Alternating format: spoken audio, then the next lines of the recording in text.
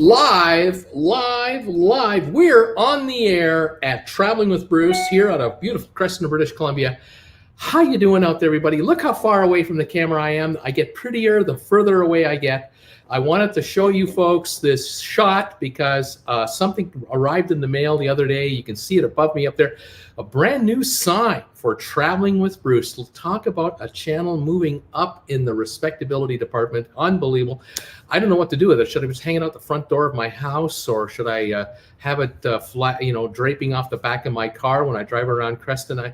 I'm not sure yet. I'll look for your suggestions, and you guys can let me know. In the meantime, let me come back down here and zoom in a little more on just this part of the show.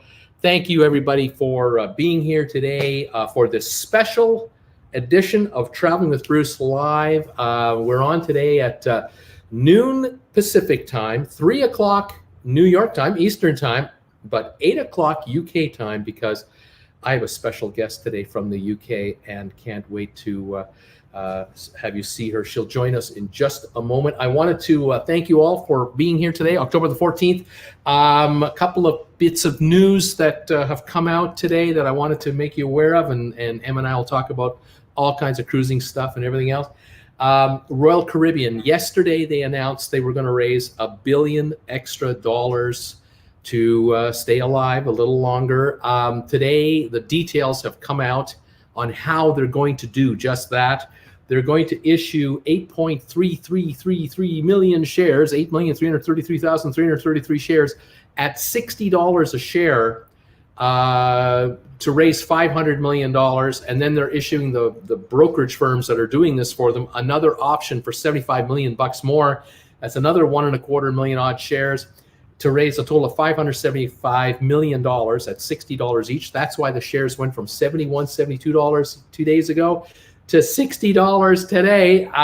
That's a nice little $10 shot that shareholders just took in the arm. That means they're diluting the company. Then they did another little announcement, and this one caught me by surprise. I was surprised by one little piece of this announcement. They announced another $500 million to be raised with a $75 million option in senior convertible notes. That would be like a bond offering. They're only going to have to pay 2.875% interest. They're not even paying 3% interest for this $575 million in cash. But the kicker is that this is a convertible bond. They can convert the owners of the bond can convert the bond into stock of the company. And I figured, oh, well, since they're selling stock right now at $60 a share to the market, they would offer a $60 convertible bond. But no, I am incorrect. I find out in the fine print in an SEC filing, they're going to issue this stock at $82.50 a share. And I'm thinking, who would be dumb enough to buy this bond and only get 2.875% interest on your money and only be offered a conversion rate into stock at $82.50 when the stock is at $60 now? You can buy it at $60. Why would you give them this money for a bond, get lousy interest, and then get this high interest rate? And then it occurred to me, oh, yes, of course. Guess what? It looks to me, I'm trying to confirm this, but I think I figured it out. I do know that there are between $203 million of bonds that are maturing shortly. And so they're just rolling over old debt into new debt, but an extra couple of $100 million is being thrown in to top it up to $500 million. And I believe that the holders of the current debt that are going to roll over into new debt are insiders of the company. I think it's the founding family of the company itself. And I think the founding family is throwing in another couple of $100 million of fresh cash to top this thing up to $500 million at 2.875% interest with an $82.50 conversion price into stock, because they're not going anywhere. These folks have been involved in the company since it started way back when. They're going to be involved in the company for a long time yet. And so they're not taking advantage of the $60 market price. They're saying to the market, here's the kind of faith we have in our own company that we founded originally. We're putting $500 million of our own money on the line at $82.50 a share. So you folks out there who are paying $60, look what the family is doing. We're going in at $82.50. Now, is that the right thing to do? Well, from a PR point of view, it sure sounds good. It sure looks good. But from an investment point of view, well, you could say not such a good idea. But on the other hand, they're not going to sell their shares and leave the company. They're here until the bitter end because they founded the company, and they're going to the Wall Street bankers to say, hey, we're looking for $1 billion extra. We've got $500 million on the table. You guys raise us $500 million at $60 and let's get to work. And so that's what the family is doing. It's not helping the stock today. Just so you know, the shares yesterday dropped about $9 a share. Right now, the shares are down 45 cents a share. They're trading at $60.16.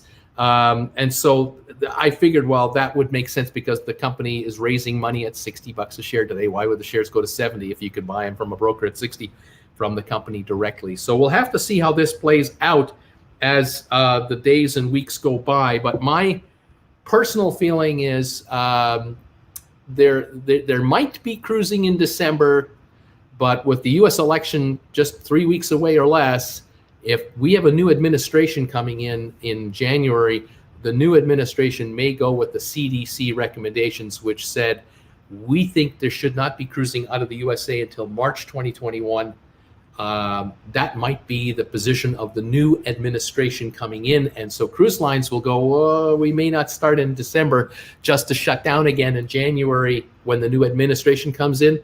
We don't want to do that. So they may stay shut down in the US until next March, depending on what the CDC has to say, with the new administration running the show. We'll wait and see what happens. If that's the case, though, if it's going to be that long, cruise shares could go lower. It means $1 billion a month is being lost by the cruise lines every month they're not sailing, and this is 5 more months. So this is $5 billion more that they're going to burn off to not sail.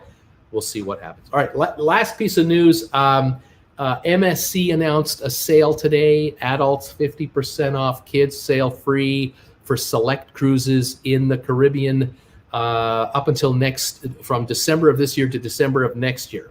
A lot of this is speculative because we don't know if there will be sailing. We don't know when. We're not sure exactly which cruises these are. These are select cruises between December and December. There's all kinds of caveats thrown in there, but the bottom line is if it's a successful sale for MSC and they can sell thousands and thousands of cruises with this kind of a package deal, they might bring in a lot of money into their bank account right now to help ride out the shutdown until they can restart again. But we'll see what happened. I have to admit, though, my better half, Jennifer, said, they're going to do a sale, 50% off and kids sail free. What are the dates of those cruises? Just so I know which ones not to book, because she doesn't want to be on a cruise ship with a bunch of kids. She wants to go on a cruise and relax with her husband and just have peace and quiet and not have kids running around everywhere wearing or not wearing masks. We don't know what this is going to be like with children on board cruise ships and with mask requirements, social distancing requirements. I don't know. So she's kind of going, not working for me. But if we had a couple of little ones running around, the price might be right. But do you want to take kids on a cruise having to wear COVID masks and all of that? So I don't know. There you are. So that's the news of the day. I want to say thank you, all of you out there who are following Traveling with Bruce, watching my videos, supporting this channel. Those of you who are sponsor members, I want to thank you so much for being sponsor members here. I really appreciate it. All sponsor members, just to give you a heads up, if you don't already know, we have a postcard coming out. It'll look kind of like this, but not exactly like this. We've got a postcard coming out from Traveling with Bruce from Creston, and we're mailing all sponsor members a brand new, just minted postcard. All you need to do is send me your mailing address. I'll get it out. Send me your mailing address to my Hotmail web address, which you'll find down below, or send me a private message on Facebook through Messenger, and I will we'll record your address and we will mail these out when they arrive. They should arrive sometime late next week, and then the mail outs begin to all of you who are sponsor members. So if you want a postcard, become a sponsor member of the channel. If you're not a sponsor member of the channel, we're going to be asking for donations to the channel, but we'll do that next week and get you in on the details once we know how many cards we have to reserve for sponsor members first. There is the business out of the way. The e-begging has been done. Thank you for being here. Let's welcome in the person you're all waiting to see, because you don't want to look at me. I'm pretty, but I'm not this pretty. We've got someone absolutely a favorite of this channel and a wonderful YouTuber, wonderful person. Emma Le Teace is here. Let me bring her in right now, unmute her microphone, and she should be right here. There she is. How Hello, are you? everybody. I'm good. Hello to everybody who's asked where I was, and some people are looking for Hudson already. Yes, we know Hudson is in the area, but there are no guarantees that Hudson will make an appearance. I have an update. He tried to climb up the chimney while you were talking, so I scared him off. Sorry. Oh, maybe he thought I had some treats for him. You never know. I can hear him. But... Welcome to my channel today, Emma. It's great to see you. I know also, just to let my viewers know, we'll get this right out there on Friday, day after tomorrow. I'm on your channel. Yes, I think we're having a Bruce Emma collab week, which is going to be good, I think. I'm looking forward to that, and Emma's going to have me as a guest on Friday, and I believe I'm on the air at 9 a.m. Pacific time, noon New York time, 5 o'clock your time, right? Yes, 5 my time, 12 Eastern time. Is that right? Yep, you guys have too many time zones. I know. We got, what, 4,000 miles of continent that we go across, and so, yeah. Yeah, I'm glad you're here to translate. I look forward to being on your channel on Friday. So those of you who are watching here, join us again Friday on Emma's channel, Emma Cruises, and hang out with us there as well, and join her gang, and all of us will have a lot of fun. My gang. I like your gang. I've just been looking at everybody using their special emojis on my phone. Very cool. Yes, the sponsor members are allowed to use special sponsor member emojis. Look at that. It's not going to focus, but they're very cool. I like them. I think we have about 11 different emojis we're allowed to use at the moment. If I can add another 3 or 4 sponsor members, then I'm allowed to add another emoji. YouTube rewards creators by saying the more sponsor members you get, the more emojis you can offer your viewers to use. So, and they can also use those emojis on any comments they make on any of my videos. So that's kind of cool. So, thank you, sponsor members out there. We love you guys. We see a whole bunch of folks here. I see MG Toe is already here. Kirk Brunson is here. Sylvan Forrest is here. Sylvan has been in the hospital now for about 165 days. I'm successfully sitting in a wheelchair, he says, for the 3rd day in a row. This will enliven my day. Thanks to both of you. Sylvan, get the heck out of there. I am so glad to hear this news. He's been going to physio and getting stronger. They want him to be able to get in and out of bed on his own, to be able to get to a wheelchair, use crutches, whatever, and then they'll discharge him from hospital in Florida. So, Sylvan, we can't wait for you to get out of there. You are making great progress. Emma and I wish you the best. Michelle Ann is here. Can't wait to see Hudson, of course. Wes Morrison here. Emma, your name is spelled with an I as far as Wes is concerned. He'll correct that. Spa Robin, good evening, everyone. Evening in the UK. Welcome, Spa Robin. I suspect that there'll be some people here that Emma knows and some that I know. Matthew is here. Kelly Haston is here. Hello, beautiful people of TWB. Thank you so much, Kelly, for that, your kind words. Opinion and Fact, good evening all. Ray and Sue's Travel Channel. Hi, Bruce and Emma. Great to see you both. Ray and Sue's Travel Channel from the UK are in the house. Diane Schroeder is here. Hi, Diane. She's in beautiful Palm Desert, California, where it's a sunny 100 degrees. I could handle that anytime. We're only going to get to 52 Fahrenheit, about 12 Celsius today, but it's sunny out. We'll take it. But Diane, you are in paradise as far as I'm concerned. Sherry, Awesome Sunset Travel, another YouTuber is here. How you doing, dear? Welcome from, I believe, St. Louis. And she's saying hi to everybody. Skip Rogers, greetings from Las Vegas. Right on. Vegas is in the house.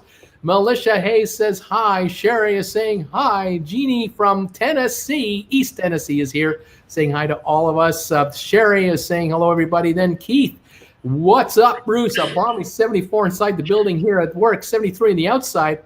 We were on the Carnival Valor 1 year ago today. Sigh. Yes, 1 year ago, all of our lives were a lot different than they are now. Queen Bean 21 is here. Ray and Sue's travel channel, 59.96 currently, Bruce. I don't know what that means. Is it 59 degrees maybe? I'm not sure what's going on there. Kelly, hello, beautiful. Mike, what is the total global cruise industry debt? Oh my gosh. Those cruise lines have issued bonds and stocks, and I think they've raised 15 to 20 billion by now. It's just staggering how much money they've had to raise to survive. Ray and Sue saying hi, everybody. Donnell is here from Ireland. Welcome, Donnell Mahoney. Hello, Bruce and Emma, and all TWB fans. I think it's just gone past 8 o'clock here. Fantastic. Michelle and okay, this is definitely way outside my understanding. Al's HAM trains. Hi, everybody. Hey, Al, how are the trains doing? Nice to have you here. Rob Slevin. Hi, Bruce. Out and about today, so I'll listen a bit by phone and catch this later. SLGC Mets. Hi, Bruce. Billy Farron. Hey, Bruce and Emma and TWB family. Sherry Awesome. Hello, Donnell. Ray and Sue's Travel. Hello, everybody on the show. I hope you're all safe and well these difficult times. Just a few zillion comments coming in. Sherry is popping them up like crazy. Emily, hello, Bruce. Good news. I'm back to work with furry friends. Woot woot. Way to go, Emily. Well done. Sabine, hello, and good evening from 9 p.m. from Deutschland. Germany is in the house. Beautiful. Sherry Awesome saying hello, Emily. Sylvan, gee, I wish I could invest 500 million of my own money in Royal Caribbean. Yeah, I wish I had 500 million lying around to kind of help out my cruise line. That'd be kind of nice. I don't know. Oh, go get Hudson. Come on, Hudson. Come on, Hudson. Emily, Sherry Awesome. He's there. He's there. Donnell. Hi, Sherry Awesome. Michelle. When do you think the border will open? No idea. Hey there, Sherry, saying everybody. People Republic of San Francisco. Hello, beautiful day, 78 degrees in San Francisco. Park Adventures. The new administration may go with the CLA and possible good afternoon, Bruce. You may be right. Sherry is saying hi, everybody. Robert Glenn. Hi, Bruce. I think GameStop is a better buy. Donnell, I hope you're on the mend. Glad you can join us. And on come the messages. But we're going to stop with that and just talk to Emma when we can to find out how she's doing. And I'll pop up the odd message here and there as we're talking to everybody. It's unbelievable. Skip Rogers, until Corona is there he is. There's Hudson. Hi, Hudson. Welcome to the channel and the show. It's nice to see you. That's wonderful. And we know Hudson wants to go somewhere else, anywhere else, anything else. But wonderful to have Hudson pop in. Nice job, Emma. Great to have you doing that. That's fantastic. Well, your channel is rolling right along on YouTube. How many subscribers have you got now? I think I'm 31,000 now, which I was 10,000 at the start of the year. So this has been a bad year for cruising. But for cruise YouTube, not so bad because there's so much to say. I feel like I can relax now. I've got Hudson in there and everyone's seen him. Well done. Well done. The pressure's off. You've done your part. You can literally now just sit there and just say hi, do nothing because you got him on the air. That's all the channel wanted. But this is wonderful. Yeah, it's been a crazy, crazy, crazy year. I never would have wished this to happen, but the opportunity to kind of share cruise news and stuff has been really good for me. And it's nice to, have everyone to talk to about this because I don't know about you, but people in my regular life, they couldn't care less about the stuff that I find very interesting. Right. It's been fascinating news, and it's been fascinating to follow. Never in a million years did we think that we'd be doing what we're doing today. No way. With this news, I mean, it's just ridiculous. You obviously have always had, and I think you still have a day job, and you're working from home. I'm assuming, right? Yes, it's brilliant because I finished work at 5 today. Filmed a YouTube video about 5:01, and then I'm home. It's perfect. It's nice. Yeah, no commuting time. No, one of the odd benefits of this year, I don't want to go back to ever commuting on the train and just this is nice. So yeah, log on at 9:00, not 1 minute earlier. Yeah, it's good. Yeah. Now, are you finding because you're at home more? Are you finding that you're doing more social media stuff? just because you're there, and I would imagine because you don't have the commute time in the morning and in the afternoon from work, you can come right to do this, obviously. So that's giving you more time for this. But are you doing just as much as far as YouTube video work as you were before? I'm doing way more now. So I used to do a video a week, but kind of vaguely a video a week. Now it's definitely a video every single week, plus live streams, plus Instagram and Twitter and Facebook and everything now. Sometimes I wonder because, you know, I'm keeping up kind of an Instagram story and stuff. And I used to do that when I was on cruises because, you know, it's like taking people on a cruise with me. They can see the food and how everything works. And when this all happened, I thought, who on earth is going to care about me in the UK? You know, normal things. I go to the beach. I eat what I consider to be normal snacks. But they're the things that we've kind of really bonded over. And I've got to know so many people so much better by just sitting down this year and not being constantly kind of often looking at these things. Because here in the UK, I mean, I live by the seaside. We've got nice pebble beaches. Even things like that, when I show other people, they're like, you don't have sand. No, it's pebbles. We just have stones on our beaches.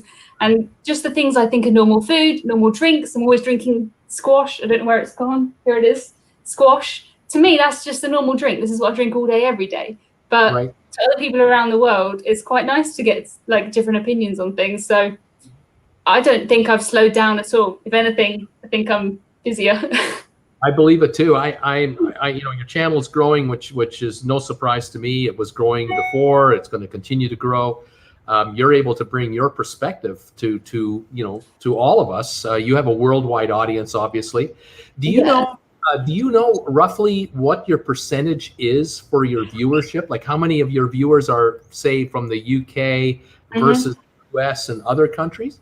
So it's a good, at least 70% US. 70. So I've learned now some of my phrases and things I say, they make no sense. When people ask me to explain them, I cannot. Sometimes I do say them just because, you know, I would, but I've started to kind of say things and then also put them in dollars and talk from an American perspective because I know the majority of my audience are American. Apart from that, there's a lot of Australians. I don't know if you have a lot of Australians watching you. People from Canada, a lot of people from Europe, people who are cruising now, people in Europe, people in Italy and Germany are cruising right now, which is good. I'm so close, but I'm so far in the UK. We can't cruise at the moment. No, you've got a no sail order in the UK completely. Yeah, no, we can't cruise, which is annoying because I could get to Italy and Costa would let me cruise. Right. But it's just the cruise bit from the UK government. We can't cruise. So yeah, I can't. I'm not going to. So it's tough. So close, but so far. I have a question about squash. I feel like I should answer that because it's one of my most asked questions. So squash. This is what I think most of my body is made of is squash. I know you're supposed to be made of water, but I think it's mostly squash. You basically, it's just diluted juice. So you get maybe this much of like a really intense juice. You can have, this is blackcurrant, I think, any kind of berry or pineapple or orange or anything like that.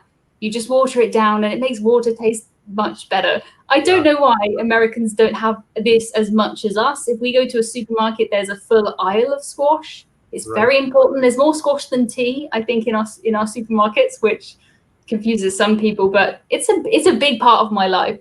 So every live stream I have a different flavored squash and everyone learns about squash and drinks from me from my weekly live streams. Not why I set them up, but I'm spreading these messages. So I hope that answers your question. Sounds to me like the word squash probably comes because they take the berries and they concentrate it, and that's the squashing of it. And now you just have a small amount of that plus the water. There you go. Yeah. In North America, we do have these kinds of drinks.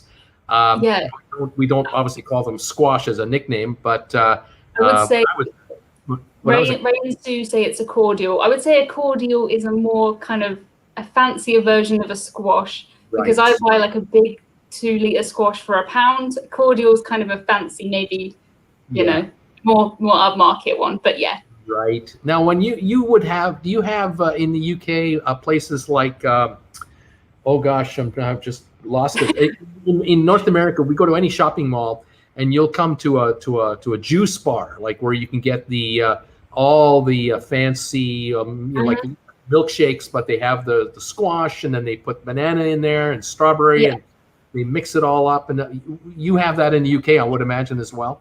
I feel like that's one of those things that's become more trendy recently, hasn't it?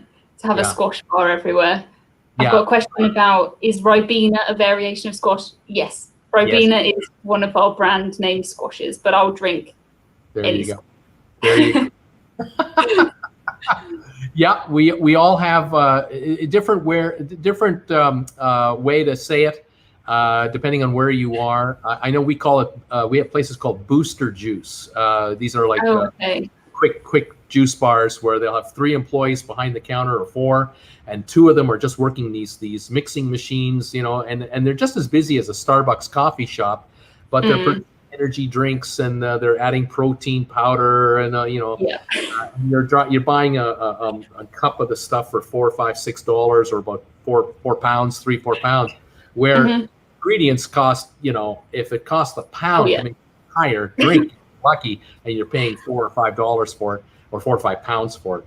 But it's a big business, and the health kick is a big deal. Yeah, but definitely. It's very economical, of course.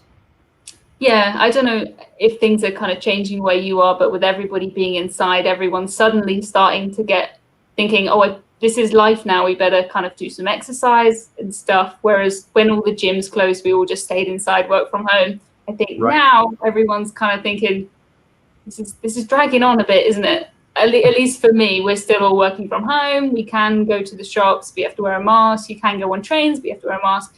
It's just life now, I think. That's right. We're it's amazing here in North America, Canada, the USA. So many people now don't want to go back to the office anymore. They're quite happy working from home. They've adjusted to this world lifestyle. A lot of people, where I come from in Calgary, there's all kinds of comments coming in. It's hilarious. I know, I like Keith's. Thanks, Keith. Keith's English, oh my. It's funny. We have so many people in Calgary, Alberta, that have been laid off because of the oil patch. Oil prices are still around $39, $40 a barrel, which is way uneconomic for most of the world to produce oil at. So in Calgary, a city of 1.3 million people, we have huge unemployment from that. Now you have the virus on top of all that. People are being only offered contract work 6 months at a time, or a 90-day contract, or whatever it might be. But they've adapted to it. They've figured out, hey, I don't have to be in Calgary to do this contract work. I'm an accountant, or I'm a bookkeeper, or I'm an analyst on the internet. I can do this wherever. And so people are now moving here in British Columbia. I'm 6 hours away by car from Calgary. They're moving as far out as here and beyond, because they can sell a house in Calgary for $600,000 and buy a house here for $300,000. And as long as you got internet, you can work. And so they're figuring out, my mortgage is lower, my taxes are lower, my cost of living are about the same everywhere else, but I'm surrounded by mountains and snow and ski hills and hiking trails and nature, rather than in a concrete jungle in downtown Calgary. Why am I doing this? So they're moving. There are people leaving big cities all over North America for the country. It's quite interesting. Yeah. Margie knows what squash is. She's got it. Billy wants to know, Emma, have you ever met the royal family? No. I mean, everyone in your neighborhood met you hang out with the royals, don't you? They're just down the street, aren't they? No. No, I never met anyone royal, I don't think. The same thing with people who live in Los Angeles. You meet someone from LA and go, oh, do you know Tom Hanks? Do you know Meryl Streep? Do you hang out with the movie stars? And they look at you and go, there are 30 million people in about a 100-mile radius of Los Angeles. There's no way I'm ever going to meet these people. I mean, I'm close to London, but they wouldn't hang out in the same sort of places as me, I don't think. No, they definitely would not. Absolutely. High tech is, Mike, absolutely right. Amazing technology. It's way better than regular television. Ray and Sue's Travel, and actually employers are realizing they don't need head office and all the facilities, equipment to upkeep. Also, home working is allowing a more flexible workforce and providing flexible hours. That is absolutely correct. Billy is saying, I guess the royal family doesn't like cruising. Well, they used to have their own ship. They had to give it up. Yeah, they're not on the type of cruises I go on anyway. No. Do you ever watch? The what is it called? The Netflix series, The Royals. No. You No. know what? I don't think us in the UK really care about the royals as much as everyone else. Got to be honest. Yeah, you're surrounded by them. So what's the big deal, right? It's just, yeah. There you go. John, you got it right. Love you, Emma. That's exactly the sentiment for most of this channel. Yeah, we do watch the Royals because we have a fascination with them over here. And I did recall, I think it was the second season of the Royals. They had the Queen and Prince Philip. They were on the royal yacht. They were showing scenes on a yacht that was supposed to be the royal yacht, and all the tension between them and all this nonsense. But that royal yacht is long gone. The Queen doesn't have her. What was called the Britannia? I think it was, if I recall, or HMS. I can't remember what they called her yacht. I don't remember. Chuck wants to know, is your guest from Watford? I'm not from Watford. I'm from the south coast, as far as you can get. Brighton, seaside town. There you go. You don't have to be specific if you don't want to. It's fine with me. I met Prince Charles once many years ago, but it didn't really have much impact. Okay. This is great. This is the best show ever, says Joel Harris. Thank you, Joel, for that. We appreciate those comments. Are you talking about The Crown? Oh, yeah, The Crown, not The Royals. Yeah, the show called The Crown. That's right. Arc Adventures. My wife and I are watching The Crown, and it's confusing why a king or queen spouse wouldn't be king or queen themselves. Well, there's this tradition, and it's all the bloodlines and all that kind of thing, and that's how it works out. So the next in line is Prince Charles, and then after that, it's his son. Was it William? Prince William is next, and then we go from there. So it's a little different. You just watch The Crown, and you'll figure it out. You'll be able to figure out how it all works out. I suppose that's the same as me watching all of these. Like, everything we watch is American kind of cop shows and stuff, and it just seems a world away. Whereas for you, the Royals. Right, exactly right. It's exactly the same thing. Have you seen a royal pavilion? Chuck wants to know. I don't know. What would that be? I don't really understand the question. Sorry, Chuck. I'm with you there. Cruising with Ben and David did a tour of the old royal, I guess, yacht is what Rob wants to say. Yeah. Is it? I guess it's a floating. I don't know. Is it a floating museum that you can visit? Is that what it is nowadays? I don't know. So ask Ben. There you go. Royal Britannia, says Donnell. That's what he thought it was called. Billy Farron. I like to talk about the Crown Royal. The kind you put in your glass. Laugh out loud. The kind of you pour. It's a whiskey, Crown Royal whiskey here in North America. Gaming text. I heard about the increase of COVID-19 cases in Europe. How do you think it'll affect cruises? Emma, yes, Britain is experiencing an outbreak, a second wave. Everyone's got to be careful, right?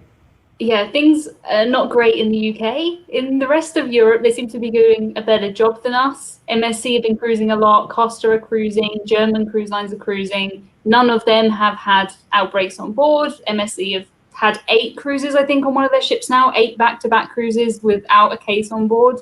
I read something earlier. They've had 16,000 people on those 8 cruises, and they've turned away 100 people for either, somebody in their parties had coronavirus, or they've refused a test, or they've broken a rule. Did you see someone got kicked off because they went off on their own excursion? Yes, yeah. I know a lot of people are worried about it because obviously you don't want to plan your cruise, get to the cruise port and turned away. MSC are doing a really good kind of insurance where it's really cheap and they'll give you your money back if you're not invited on because of coronavirus. But in the rest of Europe, they seem to be doing a pretty good job. I think when the rules are followed, they don't have people who come on with coronavirus. They don't let them go and get coronavirus, and it works quite well. But here in the UK, we're still way away from that. It doesn't feel like they're going to change their mind anytime soon. But going to have to deal with that for a while yet. Pam is saying, I saw Anson Williams from Happy Days driving in his car once. He didn't even notice me. Laugh out loud. That would be Potsy. I think that was Potsy. Andrea, can you talk about the Icon class? We would if we knew anything about it. It's all under wraps. nothing's being spread to the public. Ray and Sue's Travel, now retired from Royal Service Britannia, is permanently berthed at Ocean Terminal Leith in Edinburgh, Scotland. It is a popular visitor attraction with over 300,000 visits each year. Well, we learn something new on TWB every day. And there you go. There's something for someone to see someday. Spa Robin Britannia is permanently moored near Edinburgh as a tourist attraction. Here we go. Tom Henry, hi Donnell and Sylvan, hi everybody, hi everybody, hi everybody, hi everybody. People are saying hello. Andres, what can you expect from the Icon class? We don't know. We're waiting to find out ourselves. Joel, there has to be a cruise with all of us together. Would be a great themed cruise. We'll get plenty of pictures. I was saying this to the three amigos the other day. I don't know if you noticed that, but Emma, I saw last week with Tony and Dawn from Family Cruises. And I thought, yeah, wouldn't that be fun if we could get 8 or 10 YouTubers together and do one big group cruise? We would take the whole ship over and create havoc, and they would never let us on again. It would be wonderful. Who knows? We'll see if it ever happens. Bill, are spas open, and if so, to what extent? I don't think are the Turkish spas running on the MSC? Emma, do you know? Yeah, they're open, but you have to. I don't think the thermal area is open. I think you can only have like a massage or a facial, and you have to book it and go at your set time, and Right. you're all kept apart. But there are some spa things that are happening and open. I think you just have to be more organized if you do want to go, because it's space. Yeah, I get the impression that if you want, like what I love to do on a cruise, is I love to buy a spa package for the week so I can come and go all I want. Yeah. And that wouldn't work for me now because they won't allow you into the steam room with other people, so they just shut it down. They won't allow the dry sauna. They won't allow the interior spa machines. You can't go into those pools because of, again, circulation inside. Air circulation is not allowed. Outside, in the pool, yes, and I think outside hot tubs are okay because of airflow, but I bet you they're limiting how many people can use one at a time. Yeah. Yeah, so things are different, no question. What else is going on here? What's it going to take to get Emma to come to the USA? How about a vaccine? That would be a good idea. Make sure so she doesn't get into trouble when she comes over. Billy, question, Emma, when Carnival comes out with their brand new ship leaving Southampton over to Portugal, finally ends up in Miami, will you be on the inaugural cruise, maybe the Iona or something like that? Or that would be so good. I've actually never cruised with Carnival. I booked my first Carnival cruise this year.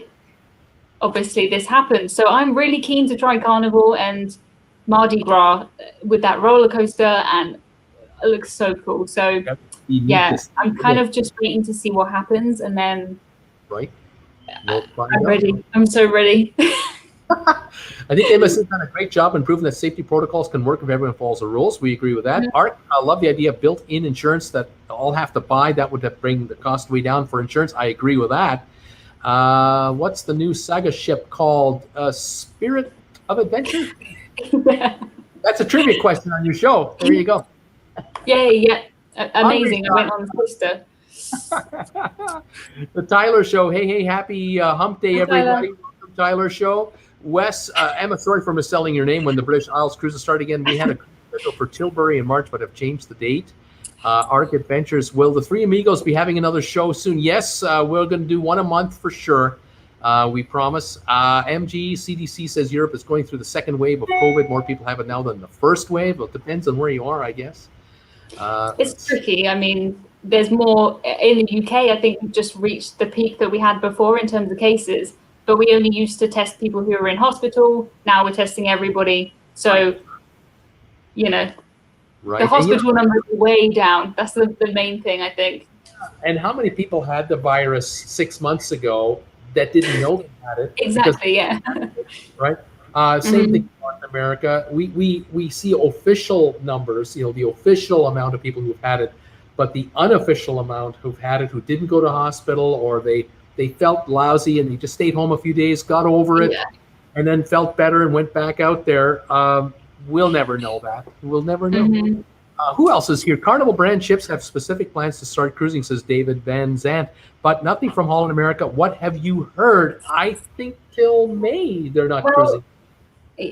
Holland America Carnival, aren't they? So So, I mean, we've already got Costa Cruising, who are owned by Carnival, so I would guess they'll do the same things as they're doing on Costa. They have been quite quiet. Holland America haven't really said much, but at this point, they're going to do the same as everybody else because they've got it worked out, I think. So, yeah, last I heard, because they lost Alaska, they'd sold off 4 ships. They got rid of 4 of their oldest ships.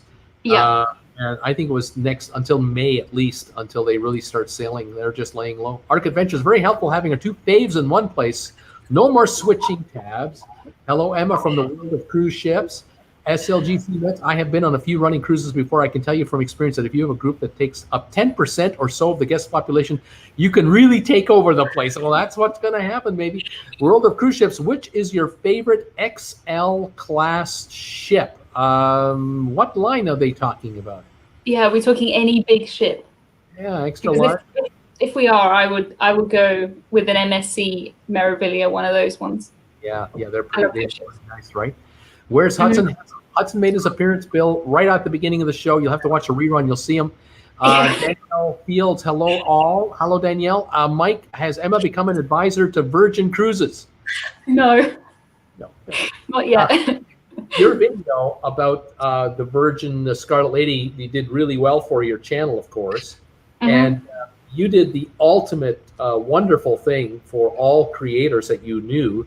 You sent all of us B-roll that you had taken and said, use all of it, all you want for your own channels. Yeah, and I used some, I know Tony, Dawn, many others, we used clips provided so that we could talk about this unveiling that was done. But you made a really interesting comment about how tiny the swimming pool is on the main deck. I mean, it'll hold 4 to 6 people max on a 1,000 passenger. It's crazy. Yeah. I mean, at that point, all of that footage was like gold dust because no one else had been on that ship. It came to the UK we had an overnight trip. Then by the time we got to America, everything had been cancelled because of coronavirus. I remember they cancelled the New York one, and I was thinking, that's silly. Why are they doing that? This isn't a big deal. And then turns out it was. But not many people have been on that ship, but I have. Not a single paying passenger yet, but I can't wait until they do. They sent the ship back to Italy around May or June to do some dry dock work, and the wonder was, are they going to change the size of the pool, or are they going to put glass partitions between the buffet booths, or are they going to social distance this ship somehow? No one knows. No one has been on the ship since. They have not had other influencers on there yet to give it a second look. No, it's interesting. I mean, I went on there, and you've seen my video. It wasn't. I mean, it was half positive, half negative. But the thing that I was confused about was the fact that the price was really luxurious, and I didn't think the cruise was. But if you look at the prices now, they're sort of coming back down to a level I think might be more interesting. So we'll see how it is when real cruisers cruise on her. I'm really looking forward to seeing what people think of it. But they've got 3 of the ships now, so it needs to work for them, I think. Yeah, we're all waiting for the first YouTuber to take a real cruise with those guys and then post a video about what they thought, so that we can get a hands-on report. We'll see what happens. The comments are coming. I used to work on many cruise ships. One was the Silver Wind and Silver Seas. Welcome. Billy Farron, the new ship is the Carnival Celebration. That's the second one, I think. Mardi Gras, and then is it the Celebration is the next one? I think that's I'm not counting Mardi Gras as kind of done yet because I haven't seen her, so. It's close. Danielle Hollands, All America guests are older. Maybe they will wait. Sherry Awesome says, hello, Danielle. Hello, Bruce and Emma. Good to see you both from Atlanta. Hi, Atlanta, another YouTuber. Who else we got here? We've got Todd. Just booked MSC Cruise in February. Looking forward to the journey. Hello, Emma. Right on, Todd. Welcome, Todd. The world of cruise ships. If you could own a cruise line, which ships would you choose for your fleet? Oh, my. Well, it all depends on what you want to be doing, I guess. We want to hang around the islands of Fiji and Bora Bora and Vanuatu and Hawaii. You know, you can go some nice 6-star luxury ships with the back Oh of the yeah, ship up, and you can just jump in the water from there. That'd be kind of nice. But yeah. going to do transatlantic sailing, you're going to need a pretty serious cruise ship to handle the North Atlantic waters, possible icebergs and what have you. It all depends on where you want to sail. Have to get one for each place. Yeah, I would say that's right. I used to work silver. Okay, we got that. Steve Cohen, Emma needs alcohol in that glass. Thank you, Steve, for the Donnell, I love to sail on the Iona one day. It looks awesome. Is it a Sega ship? No, P&O, isn't it? Yeah, I had it booked for January and it's just been cancelled.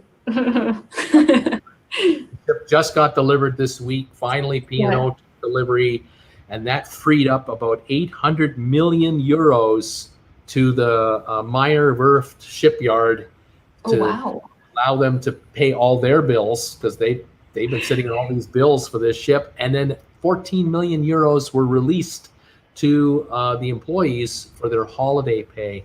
That was supposed to be paid in June. It's now being paid in October. But the workers knew that. And then the Sega ship, the Spirit of Adventure, that released about 400 million euros to the cruise line about a month or so ago. And then the next one is Odyssey of the Seas from Royal Caribbean. That one is that'll be another 800 million American at least released to the cruise ship builder.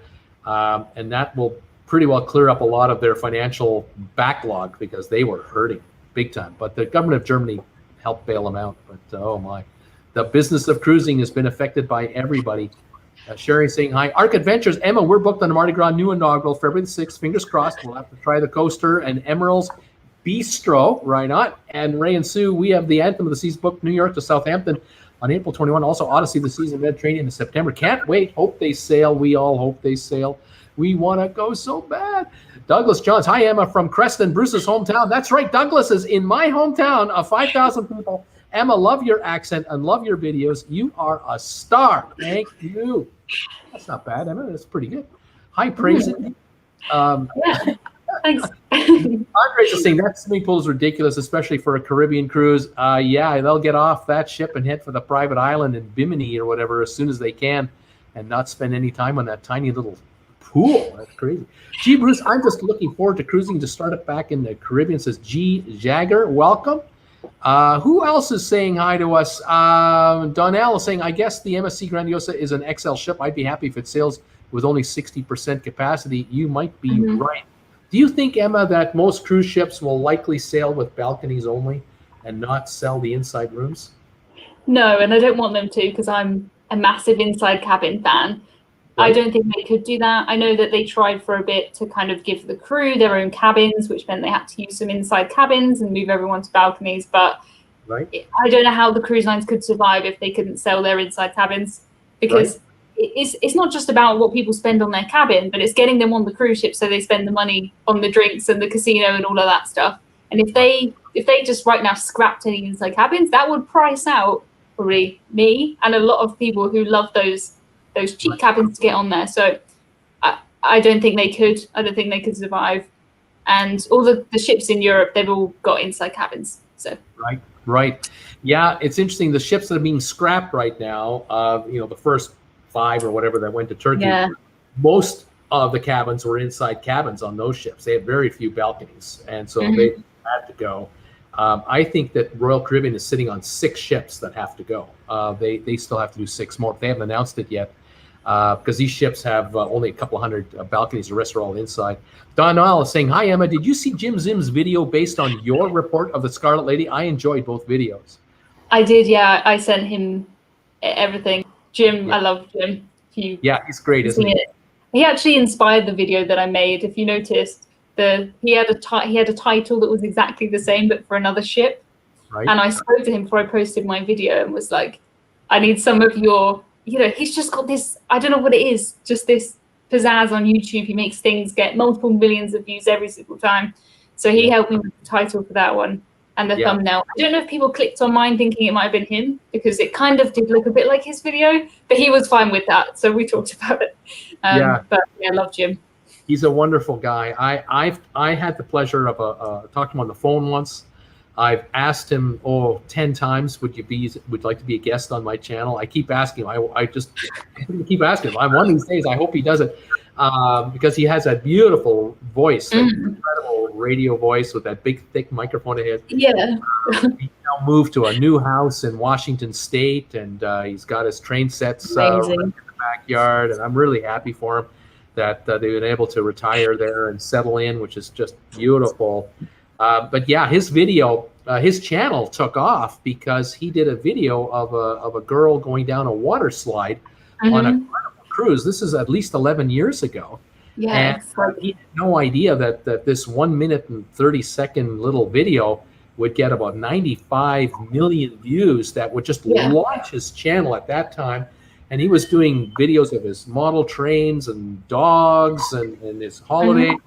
And then he just kept doing more cruise videos over time and other train videos. And he's now got over 400,000 subscribers and over, I think, 300+ million views. It's quite amazing. Yeah, it's incredible. He can just get 1 million or 2 million views on a video, just like.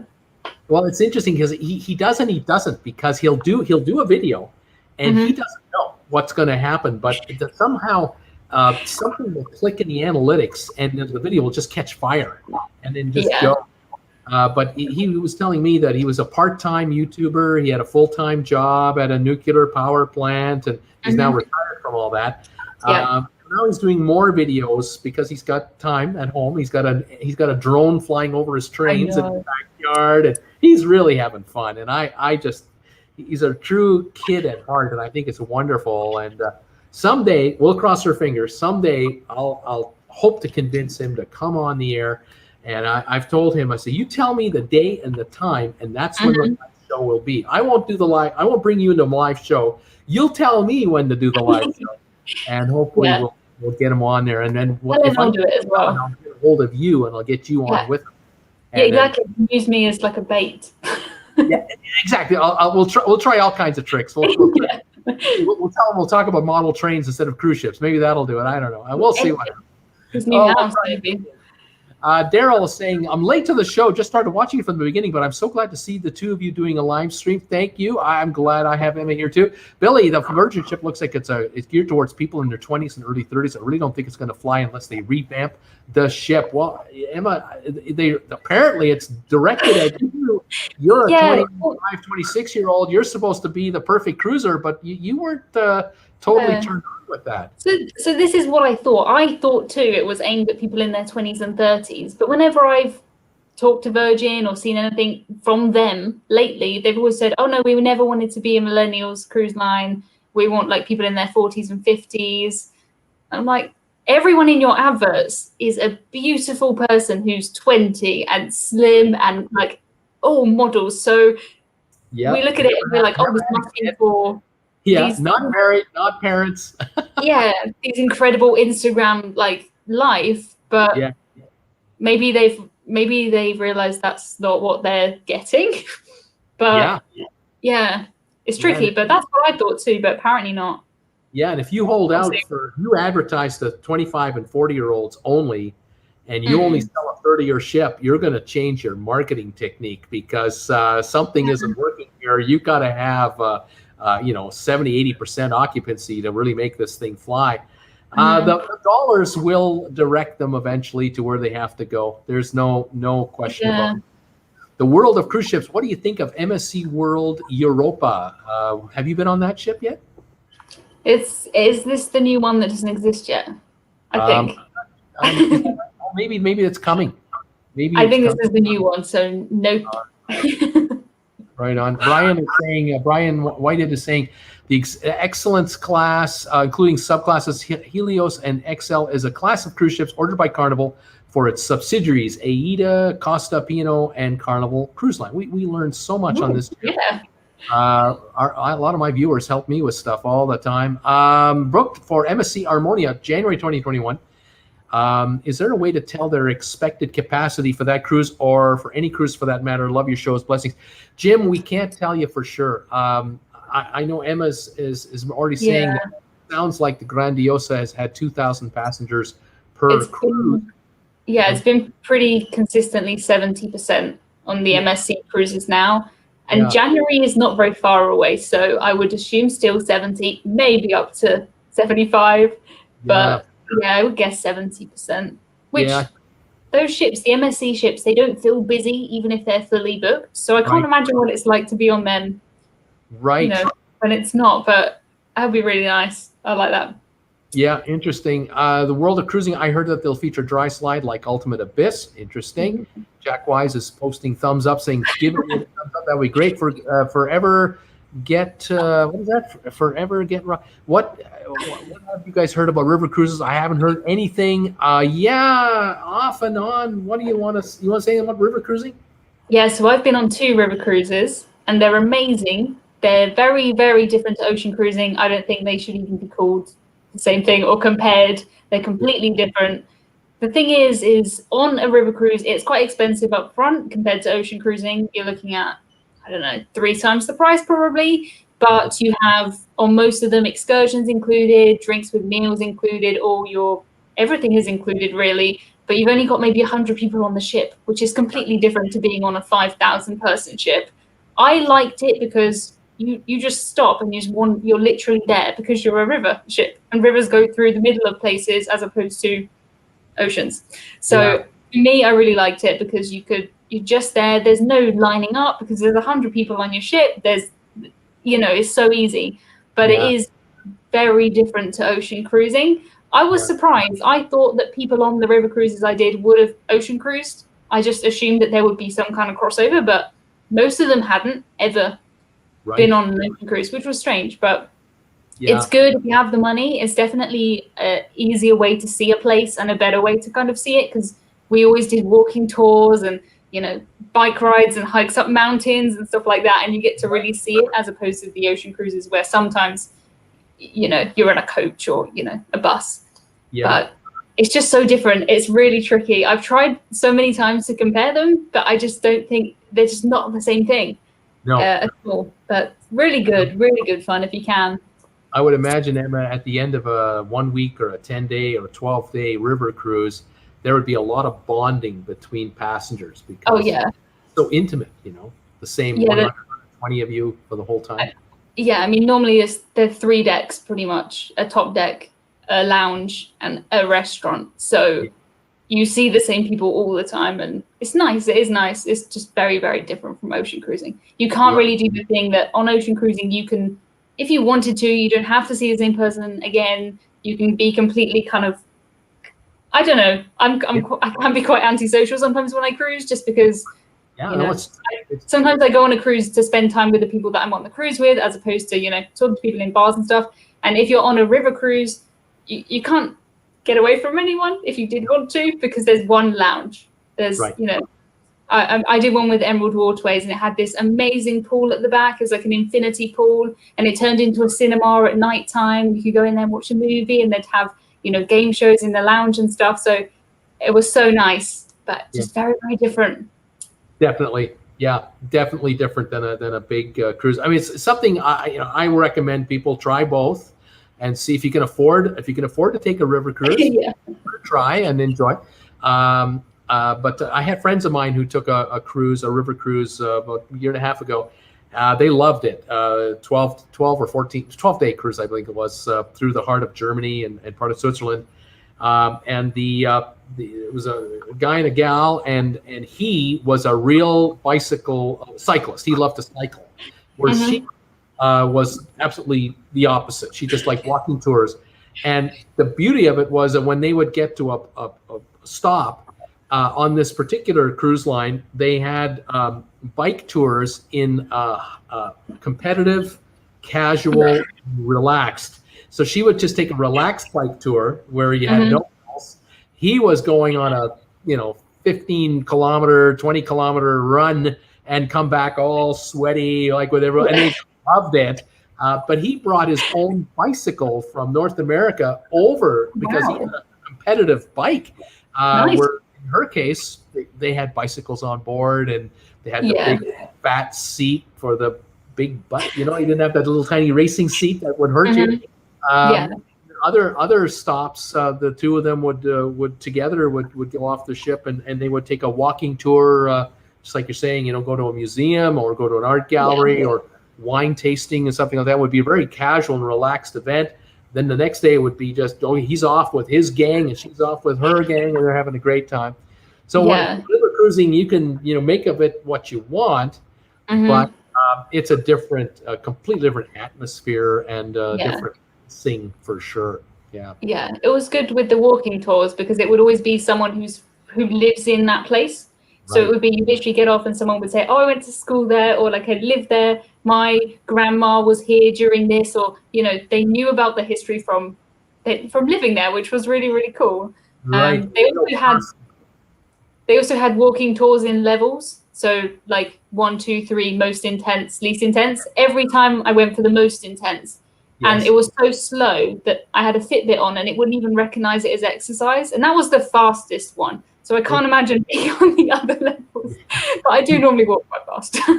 Yeah, I imagine that the lowest level would be more for folks who needed wheelchair assistance. They couldn't take stairs too well. And I can understand. That makes sense.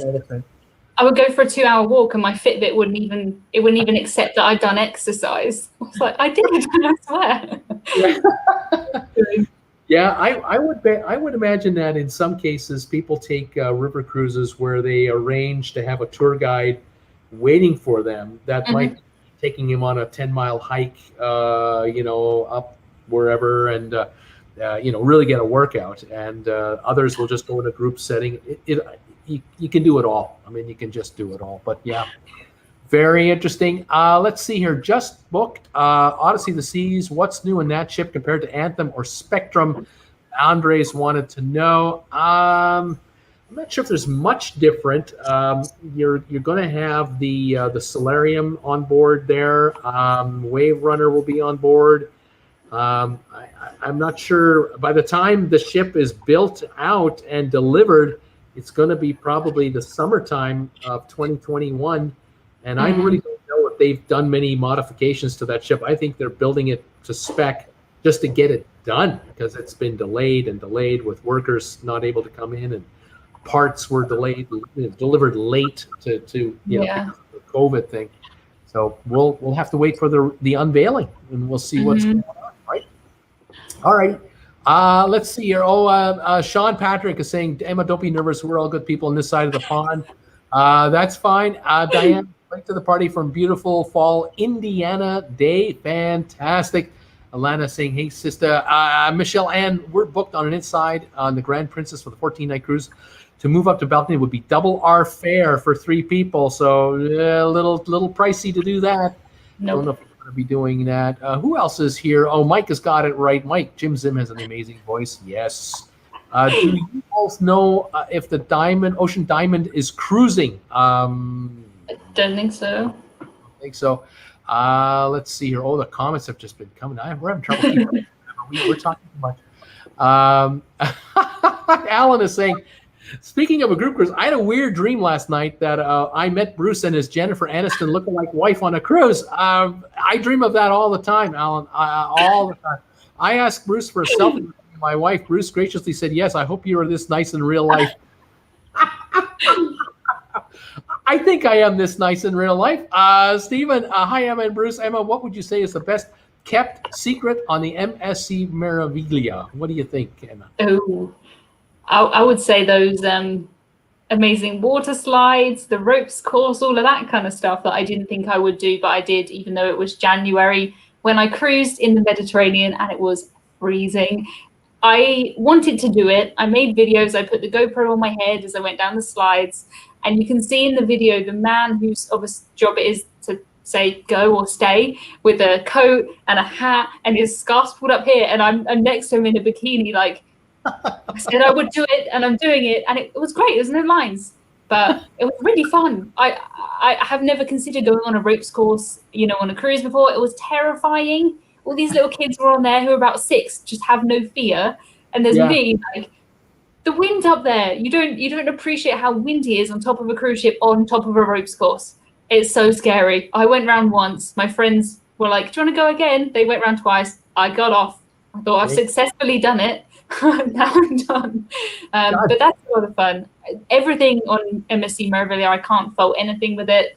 I love their cabins. They're so just spacious. There's nothing kind of unnecessary in there. They're all very new and clean, which I appreciate. And I spend a lot of time in the pub on the MSC Merville because I love that place. Right on. Good one. Ray and Sue's Travel, Empress of the Seas, Majesty of the Seas. They're currently at anchor in Suda Crete, thinking that's not even a stone's throw from Aliaga, Turkey, but the scrapyard is full. That's right. Even if they wanted to go to the scrapyard, there's no room at the inn right now. But they are frantically disassembling those ships that have arrived there. And in the next month or two, something tells me there'll be room for more cruise ships to come in. And I think there are at least 6 ships that Royal Caribbean has that are candidates for the scrapyard because they are uneconomic to sail unless you can sell them out. And because there are, in many cases here, we're talking about 2,800 capacity of passengers and only 200 can be in the balcony. The rest all have to be on inside rooms. And something tells me that certain jurisdictions, it might be US, it might be elsewhere, may tell the cruise lines, you can only sell out your balcony cabins, and all those other rooms can't be used because if you have a quarantine, we don't want people inside for 2 weeks. We want them to be able to have an outside air availability with a balcony. But we'll see what happens. I know that Carnival has let go their oldest ships. The Pullman Tour line was the first to go. Those ships are, 2 of them are being scrapped right now. I don't know. There's a number of ships out there that we're all crossing our fingers about, wondering, are these going to be sailing again or not? Because the big new ships like Mergenvilia and the Grandiosa and the Mardi Gras and the Symphony of the Seas and the Harmony of the Seas, these ships are great. They've got tons of balconies. 85% of their accommodation is a balcony room. These ships will have no trouble whatsoever sailing up to 85% capacity with a balcony accommodation. But those older ships from the 90s and early 2000s, they're on the bubble right now, and that's what we have to wait and see what happens. And then, of course, the passengers are going to be picky, perhaps. People are going to say, won't take an inside room because I don't want to get caught on the inside like the people on the Princess ship, Diamond Princess, were caught inside rooms, 4 people stuck for 5 weeks, whatever that was. It wasn't even a 2-week quarantine. It was like 5-6 weeks. No, I don't think that will ever happen again, thankfully. I think we've learned that doesn't work. I don't think that will happen. They've all got a plan in place for where they can quarantine people on land. They've got to think about, each port. Do we have hotels? Do we have hospitals and stuff? So their plan is, if anybody gets coronavirus, get them off. It might be, if there's just one, get them off, that's fine. Sometimes when people have like norovirus, if a certain percentage of the ship gets it, they maybe end the cruise early. So it might be like that. But here in Europe, we buy quite a lot of the old Royal Caribbean ships. So we've got Marella here, the British cruise line, who've got 2 of the old Royal Caribbean ships. They could buy some of the other ones. We've got Celestial, the Greek cruise line. They've got one of the really quite old Royal Caribbean ships. I went on there. It was Song of America, I think. Oh, yeah. From the 1980s. They've got her, which was really cool to sail on her because it's undeniably Royal Caribbean, but it's really strange. So it's the only cruise ship I've been on that's from the 80s. The rest of them have been from the 90s or newer. And it would be like, you'd walk down the corridor and all of a sudden there would just be like a random step or something would just go to the side. Like it was just a little bit, as we say in the UK, I would say it's a bit higgledy-piggledy. That's how I would describe it. A bit vibratory as well compared to modern cruise ships. But a cruise line like that, like a smaller British one, we tend to take the kind of hand-me-downs from the bigger American cruise lines. Right. And I could see that happening with some of these, especially with Marella, who've already got 2 of the older Royal Caribbeans. It would make sense for them to have a similar one because they're lovely ships. Discovery and Discovery 2. I can't really remember which ones they were. Splendor of the Seas and Legend, maybe. Yeah, I'm not sure. Really nice ship. In their time, I mean, when they first came out, these ships were trendsetters. I mean, they just changed everything about cruising. But And, I did find a video on YouTube, which was of, I think it was Splendor of the Seas when it came out. And it was this lady in the mid-90s wandering around with, they've all got their like 90s hair, 90s clothes, saying it's the fastest, biggest, most amazing cruise ship ever. And I'm thinking, compared to now, like it's really quite a small kind of, it's good, it's nice, but there's nothing record-breaking about it anymore. Whereas back in the 90s, it was the most exciting thing ever. They're really nice ships, though, I have to say, compared to, I mean, I've been on ships that are maybe 5 years old that feel a lot older because they've just been let to, they do fall apart a bit after a while. Whereas these ones from the 90s, because they've been constantly had massive upgrades. The only thing that's that old really is the steel. So I think it's more about how they look after them rather than the actual age to an extent anyway. That's right. And, and back in the 80s, the thinking was, they used to build ships in the 60s, 70s, and 80s. They would think, this ship's got to go for 30, 40 years. This ship has to last that long. Yeah. We're going to put the workmanship in to, to last 30, 40 years. Where today, these new cruise ships are coming out, in the 2000s, the 2010s, and these cruise lines, they know this ship is going to handle 4,000 people per cruise with 1,200 crew. That's 5,200 on here. And it's every week on, off, on, off, on. So you do 50 cruises a year with 5,000 total people. You're talking 2.5 million people a year. I mean, the wear and tear is just brutal. Yeah, and they don't take a break. That's another thing that's different about river cruises is they sleep for a lot of the year, whereas ocean cruises literally never get time off. The bankers make sure of that. The payments are made, and these ships have to run at least 51 of 52 weeks. And then when they do get a break, it's a 2-week break, 14-day dry dock, 8 days, and that's it. And then fix it and get it back out onto the sea again. It's quite crazy. Tom Henry is saying that Vivian is here watching on her phone. Welcome, Viv. She's from the UK. Donnell, cheers for the reminder, Jack. Welcome, Donnell and Jack. Mike, before getting a job in the nuclear industry, Jim Zim was a radio DJ for several years. He has made it. We know he's fantastic. Let's see. Donnell, hi, Viv. Glad you're watching the show on your phone from the UK. Andres, Carnival Mardi Gras summer resembles the design of the MSC Seaside. Well, ships are shipped. Diane Sanders, Mediterranean cruise is on my bucket list. Sherry, hello, Diane. Semia, is Majesty of the Seas being scrapped or sold? We don't know. We're waiting to hear what's going to happen.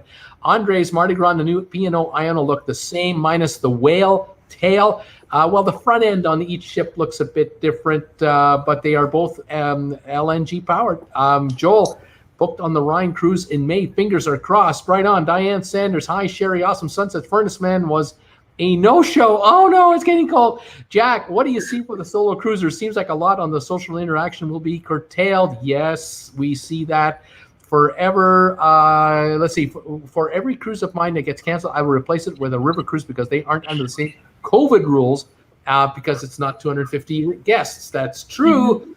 But social distancing is a little different on a river cruise ship. Not as many people, but it's a smaller space. And then you're in downtown areas of various cities. And so you have to weigh one against the other. The hope is that just wear a mask, be responsible, wash your hands, do what they tell you. Hopefully we'll be all right. Who else is here? Let's see. Here we go. My favorite cruise destination was the Seychelles. On the Silver Wind was the ship's photographer using 35 millimeter film. Shows how old I am. Oh my goodness. Emma, have you ever used a 35 millimeter camera before? No. Would you know how to put film in a 35 millimeter camera to set up a camera? No, not at all. No idea. I mean, I've never written a check or anything. Ever written a check? Oh my! Have you ever written a letter to anyone by hand and posted it? Yeah, probably, but not in the last. Has anyone in the last 5 years, 10 years? No. Have you ever used a dial telephone in your life? I know how to use one. I don't think I've ever had one. Have you ever used a VCR? Yeah. That was. Yeah. I'm born 94, so Yeah, just right at the end there, right at the end. These are not trick questions. We're just having fun. Very good. Let's see here. Ray and Suze, I saw a TV program that Emma might know, Cruising with Jane McDonald. There was a guy who rode his bike from one stop to the next. It was 55 miles. Yeah, you can do that. They did that on one of the river cruises I took. That was the more intense option. So we did kind of an extra stop in the morning to drop off the people who wanted to make their own way into town, and I stayed on the ship and it went into town. Right. And then we saw them later. Exactly. That can be done. Sabine, I live at the River Rhine, direct where the cruises go. We miss the international guests here. Yes.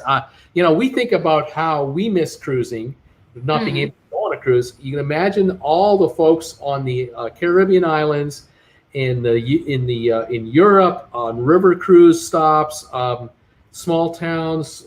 How many people are affected by the fact that we're not coming to visit them? We can't. Yeah, it isn't just the cruisers that are suffering. It's those who are looking after us.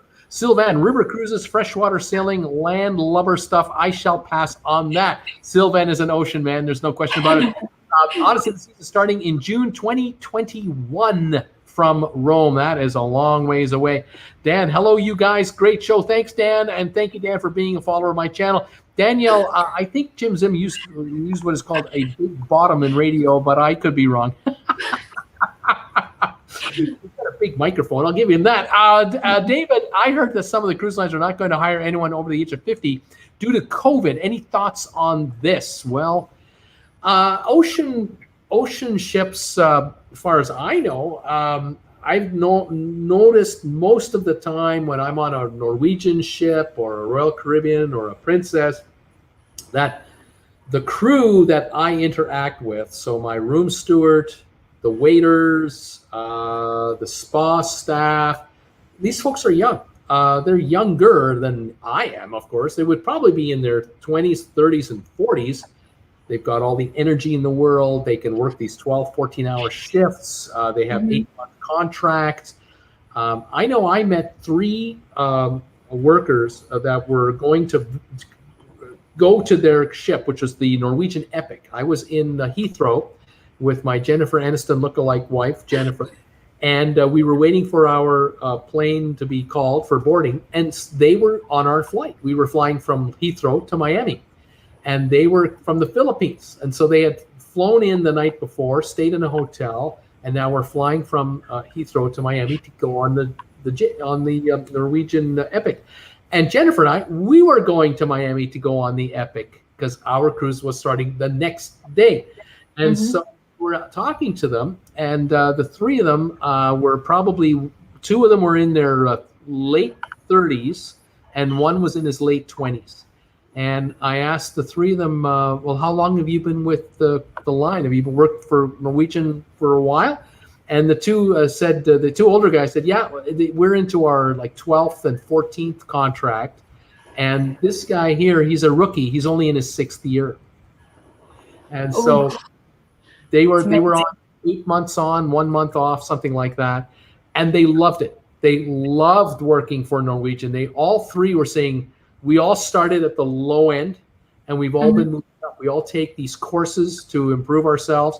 And the one fellow was a manager in the restaurant. Another fellow was in charge of a whole bunch of employees. And the 3rd fellow was moving up the ladder as well, because they were making enough money doing their jobs to buy a house back in the Philippines for their children, their wife and children, and their in-laws. And they were supporting all kinds of family members. And this is something we don't hear much about because we talk more about cruising and ships and everything. But you've interacted with crew, I'm sure, over the years that you've been on ships. Yeah.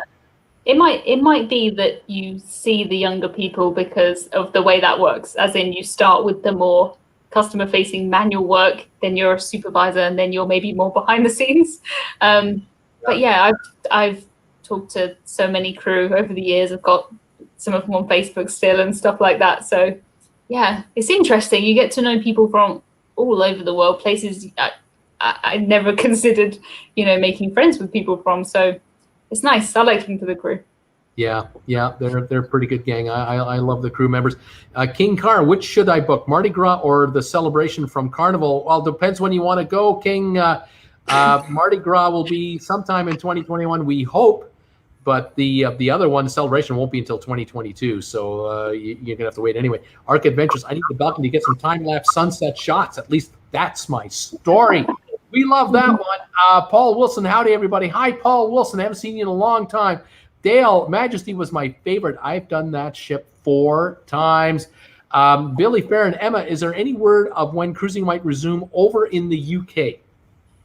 We just got to wait for the government to say yes, pretty much. Apart from that, everything is ready. That's until when the government are going to say we can cruise again is anybody's guess. Exactly, to be honest with you. So that's right. Mike Dixon, all Viking cruise ship cabins have a balcony. Yes, those Viking ships. Fantastic. Emma, you've been on a Viking cruise. I have. I spent 4 days on a Viking ocean ship, and everything has been ruined since because it was so good. It was amazing. It had underfloor heating in the bathroom. It had mirrors that wouldn't steam up because they just were magic. It was so good. I could get a drink from the minibar, and it was included, and that was something I'm not used to. It was so good. So good. The question earlier about what would you do, what ships would you get for your own cruise line? I would take that Viking ocean ship and I'll cruise around the world on it because it's the infinity pool, and it actually has one of those, cruise ships sometimes have a roof so that the outside pool can be the inside pool. Yes. But it never works. Never have you ever seen it work. They're always stuck. On Viking, it worked. It was really strange. I did my ship tour and I was filming around thinking, I'll just show you the outside pool. We're inside now. Since I walked around, really strange, but amazing. Nothing better than those ships that I've found since. first class. I would love to take a Viking ocean cruise. I must have said something nice about Viking one day because one day I came home from running some errands and there was a box waiting outside my door. It was a courier delivery, and I brought it in and looked at it, and it was from Viking Cruises. And so I opened up this box, and inside were all kinds of goodies, small little bag tags and other items, and a little letter saying, keep up the good work on your YouTube channel. I thought, wow, they're actually, some of these cruise people watch me, Yeah, that's good. And I would love to go on a Viking cruise. I know I'm right in the sweet spot for the traffic. I'm 65 now. I'm perfectly aged for a Viking cruise. I would love to do that. Absolutely. Yeah. No question. Yes, my goal is to take my parents on a Viking ocean cruise. That would be my ultimate goal, because I don't think I could cop that. Best daughter ever. Yeah, that'd be great. Sylvan is saying, I've been cooped up in a hospital room for nearly 6 months. Ask me if I fear a quarantine in my cabin. I wouldn't worry about it one bit. Get me out of here. Yes, Sylvan, get out of that hospital. Ray and Sue's Travel. Our first cruise in 06 was on Sovereign of the Seas. It was the ship that sold us on cruising. 48 cruises later, we are still going. Shame that she's in the scrapyard, but that's what happens to the old ones. They have to be turned over. John Simons, Bruce, you are wrong about the inside cabins falling out of favor. Like Emma, I'm a budget cruiser, and they will not go away anytime soon, least of all because of COVID as air conditioning is improved. There you go. Emma, you got a fan right there. Brittany Anderson, hi Bruce, and sorry I'm late. Brittany Anderson, welcome to the show today. Kirk, I saw 30-day Africa cruise bucket list trip there. Don Ambler, Halifax, Nova Scotia. I'm here. Welcome, Don from Halifax, Nova Scotia. Nice to have you here. Arc Adventures, Greed Lake Show, very entertaining. I've been ignoring my work computer. Mike Dixon, is Emma going to replace Jane McDonald on British TV? Well, there's a good question. If they know what they're talking about, they would do that. Yes, whenever Jane wants to retire, Emma is available. Emma, just have a manager to negotiate a big fat contract for yourself. Thanks. We're doing it. Emma, what's your favorite all-time cruise excursion? And Bruce, same for you. Emma, what's your favorite all-time cruise excursion? The first one that comes straight to my mind, it might not be my favorite, but it's the most memorable one, is I went to Tallinn and I did a cycling tour based on what we've been talking about. And I have never been so drenched through in my entire life. It was the tour where we met up and they said, you know, we'll give you a full refund because it's raining so bad. And obviously not. I hadn't ridden a bike in a good 10 years and it was on these roads it was crazy. The thing is it was 2 or 3 hours cycling and then they gave us an hour of free time in town, which I was drenched, like the color came off my socks onto my feet. It was so cold. And then they put us in town and were like, we'll pick you up in an hour and then we'll cycle back.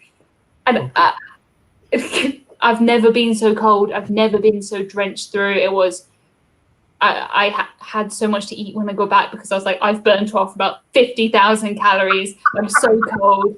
I wish I had a bath on that cruise ship. That was the only thing because it, you know, when you are so cold that it stings, that you're inside again. It was like that for a long time. But it was so much fun. It was really, really good.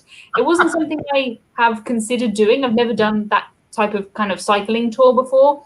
But I was on that cruise with Morella, who are a British cruise line, and they do really, I think, good value excursions. For a half-day excursion, it was about 32 or 33 pounds, which is like $40 for a half day, which compared to some of these Norwegian ones and Royal Caribbean ones, which are really expensive. Yeah. So I thought, why not? I'll get some exercise, I'll see everything. But I saw it through like tears of just constant rain.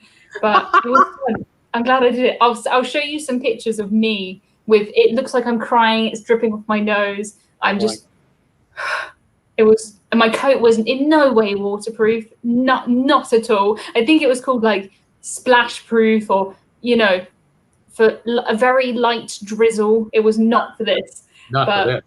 I'm glad I did it. I'm really glad I did it. It was really fun, but I'm still like recovering from it.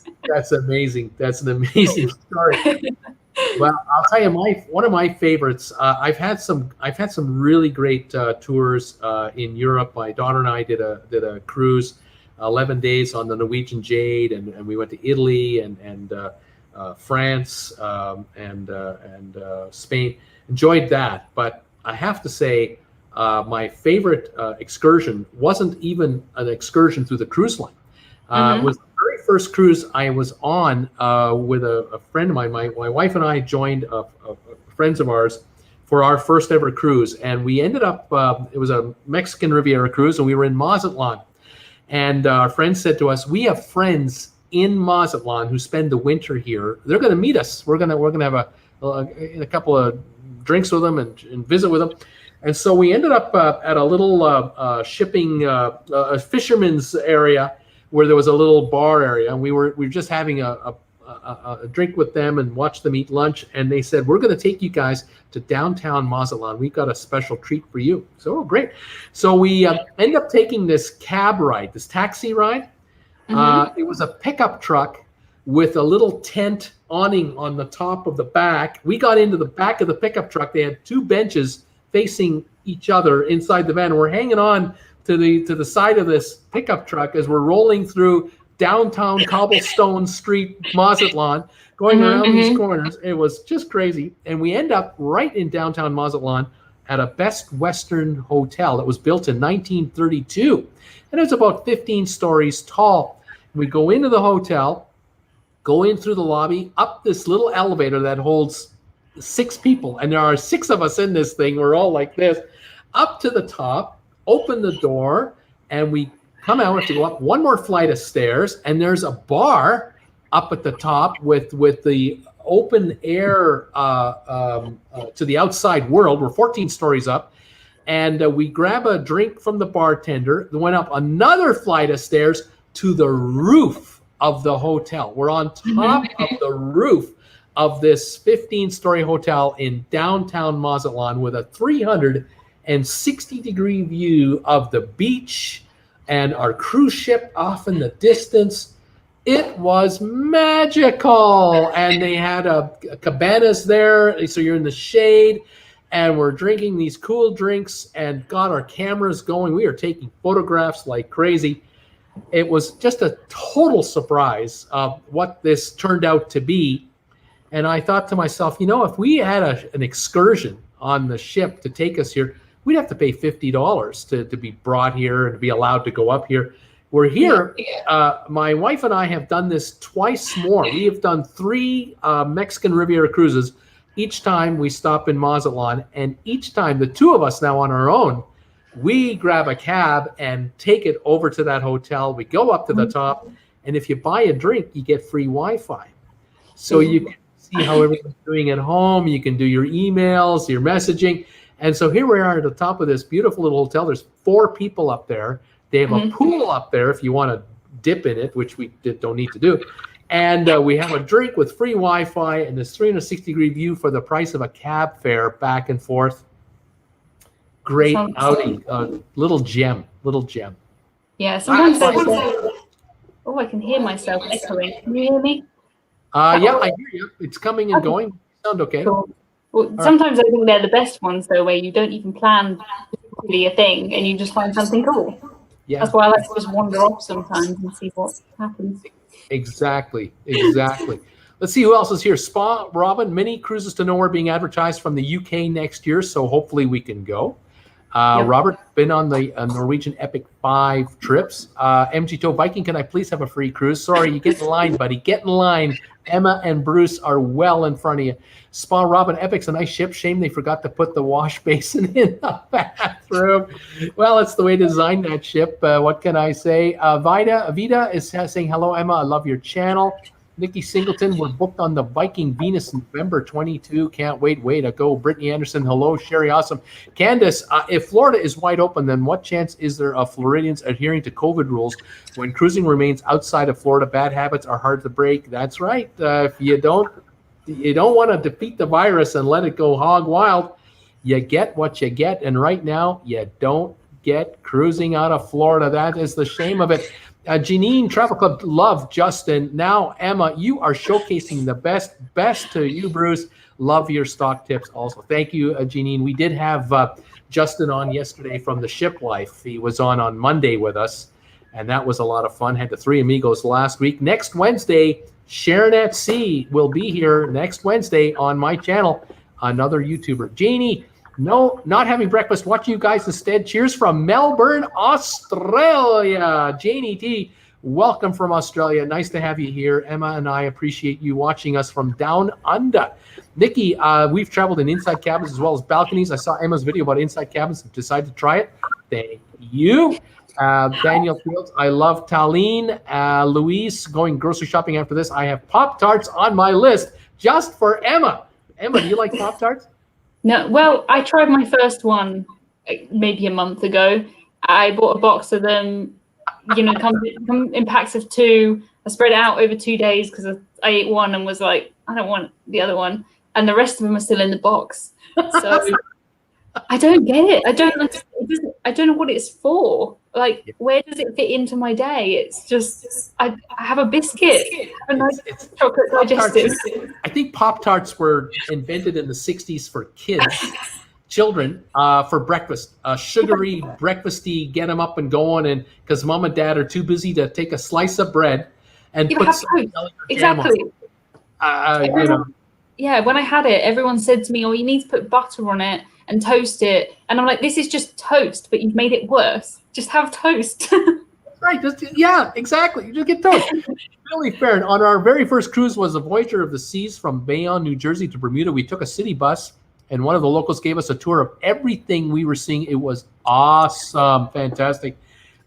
Jason, nice strategy to increase subscribers. Oh, thank you, Jason. Spencer, from an American, Pop-Tarts are not good. I'm telling you right now, they're not good. Yeah, well, I did a trivia question one day on one of my trivia shows where I asked my viewers, tell me all the flavors of Pop-Tarts, because there's like 25 different flavors of Pop-Tarts in America for this stuff, and I think they got 20 of the 25. It's incredible. My viewers from America knew what this was. I guess they went back to their childhood and thought, great, strawberry, cherry. They rattled them all off. Oh my gosh. I couldn't eat that stuff. I can't eat that. Brittany is telling us she's eating pasta with vegetables. How lovely. Debbie Emmanuel, hi Debbie. So sad I missed most of today's show. Working is getting in the way. We'll make sure to watch when posts later. Butter on Pop-Tarts. Yuck. Yeah, no. Manuel to the channel, one of my favorite viewers and sponsor member as well. Absolutely wonderful that you're here. Oh, this is fantastic. Is there anything we should be talking about, Emma, we haven't talked about yet? Is there anything we're skipping? I don't think so. It's a very strange time, isn't it? Normally I talk about, my next cruise, my last cruise. I love to talk about kind of cruise tips, and I love being a budget cruiser. But at the moment, I mean, I'm booking cruises, but a lot of other people are waiting. I kind of just see it as an investment. I book a cruise, like I booked the one for January for P&O, they cancelled it, so I just moved that money. But I feel like I'm just investing in, I'm going to cruise again at some point, just keep moving it forward. But yeah, it's a really odd time. I still can't believe this year is even a real thing. I don't know if it's sunk in yet. Yeah, it's been insane. When did you start YouTubing? Do you remember when you started your channel?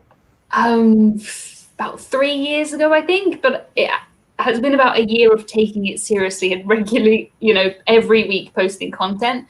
When I started, it was kind of like, Emma's doing this thing. Emma wants to tell someone about it. Whereas in the last year, I've been like, okay, what is useful for people to know? Let's tell them that rather than just what Emma, is thinking about.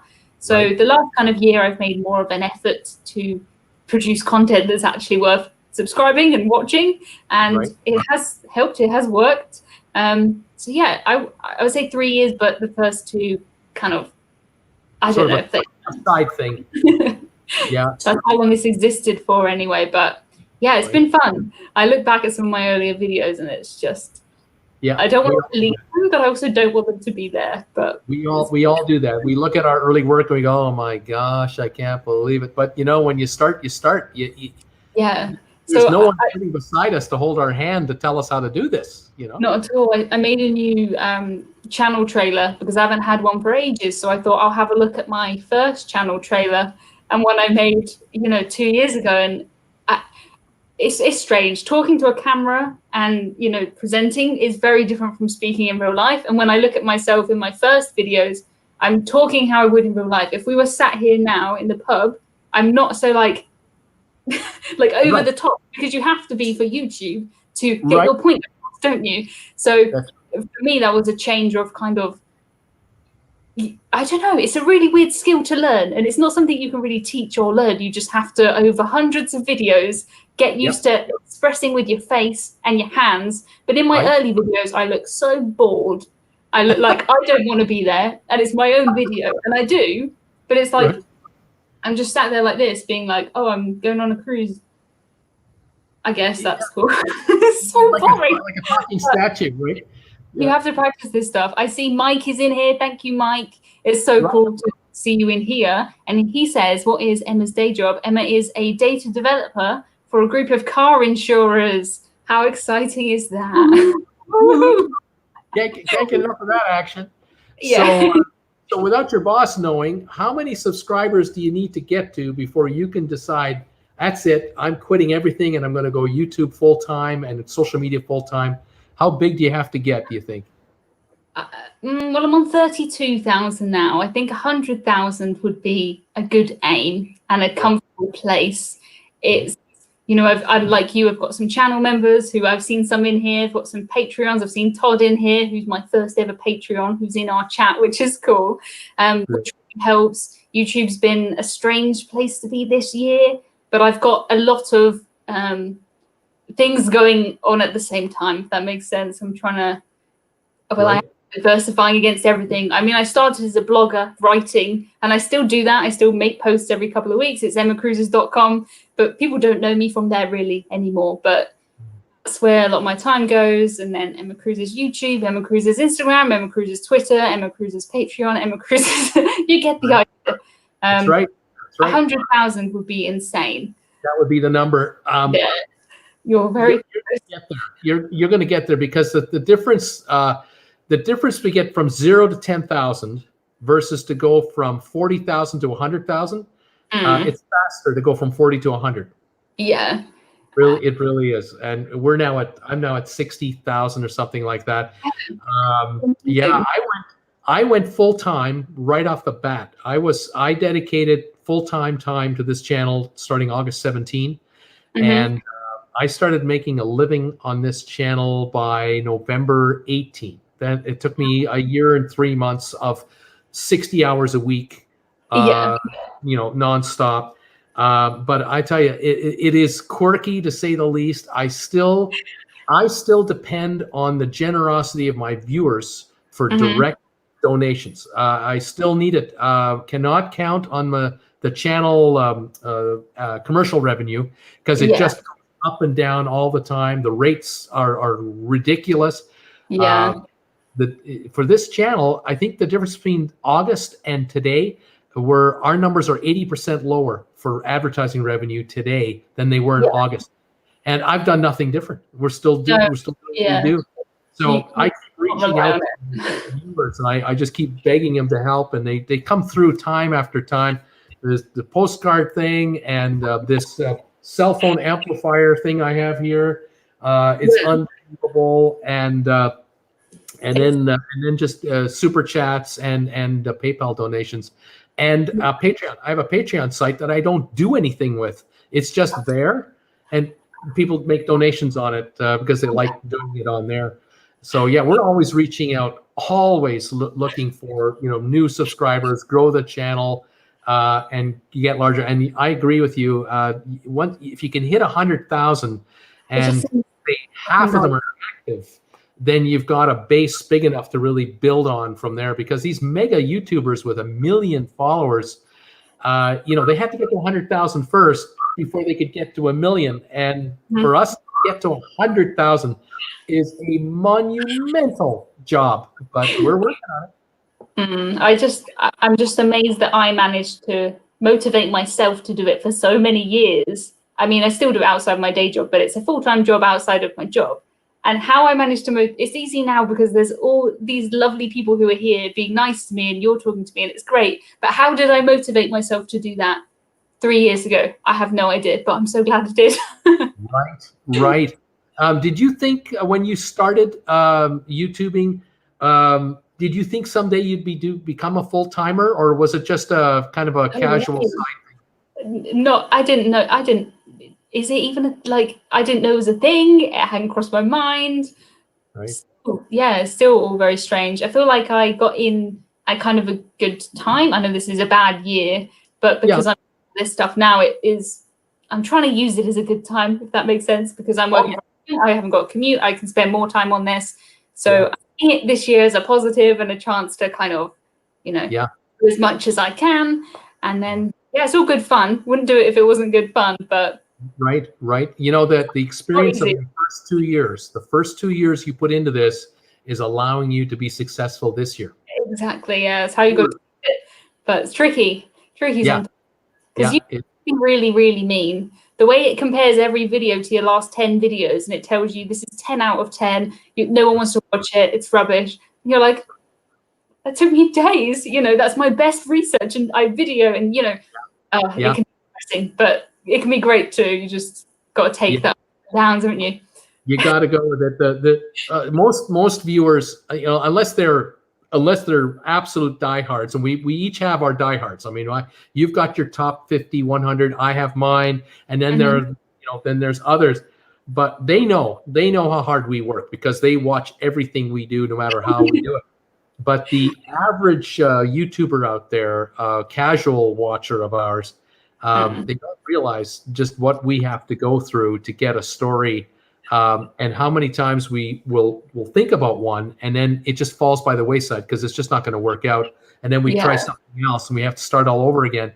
And then to get you got the idea up here, and going, okay, I know what it is I want to talk about.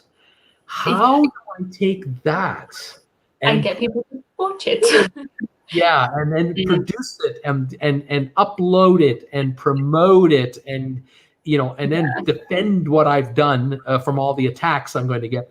It separates the winners from the losers pretty quickly, I would say. It does make me laugh when I've had some comments recently, quite a few, that say, why would you choose a presenter with such an accent for this video? And I'm like, you think I'm a presenter for a start? I've had a lot of comments calling me the presenter. You don't think I'm the researcher, the video, the editor, the presenter, I'm flattered, like that they think it's good enough for that. But I didn't. Right. I didn't choose my accent for a start, and also, I think my accent is quite easy to understand. There's less easy to understand accents than mine, surely, but some people don't understand anything I say. Right. I try and say the words. Yeah. There's my Patreon #1, Todd. Thank you, Todd. Right on, Todd. Welcome, Todd, to the show. Welcome. Yeah, you know, it's quite interesting how I too get comments from people who they almost think that I'm like a CNN or Sky News travel reporter or something like that, where people think that you know, I have 10 people working for me to bring me my research, and then I have, you know, Yeah. and producer. Mind you, those who watch my videos go, no, Bruce doesn't have a producer. We know he does it himself. Look how lousy they are. This obviously Bruce is doing it himself. But I get comments all the time about you know, get your research department together and all this sort of stuff. And I just kind of go, folks, you know, we are a one person entity from top to bottom. We're the janitor and the CEO all in one. And we are working, you know, 7 days a week to try to make this thing work. You know, Wen is saying, hello, Bruce. I booked a cruise March 2021 with NCL and in November 2021 with RCC. I wonder how cruise lines will keep the customer under the certain percentage, which is told by CDC if excess or booked. Well, yeah, we have to find this out. I mean, I think what's going to happen is, my guess is when cruise lines know for sure they can sail again, and it might be after a vaccine, I don't know, they'll be told at that time what the numbers will be as far as occupancy goes. But it might be on a ship-by-ship basis, depending on the age of the ship and the design of the ship and so on.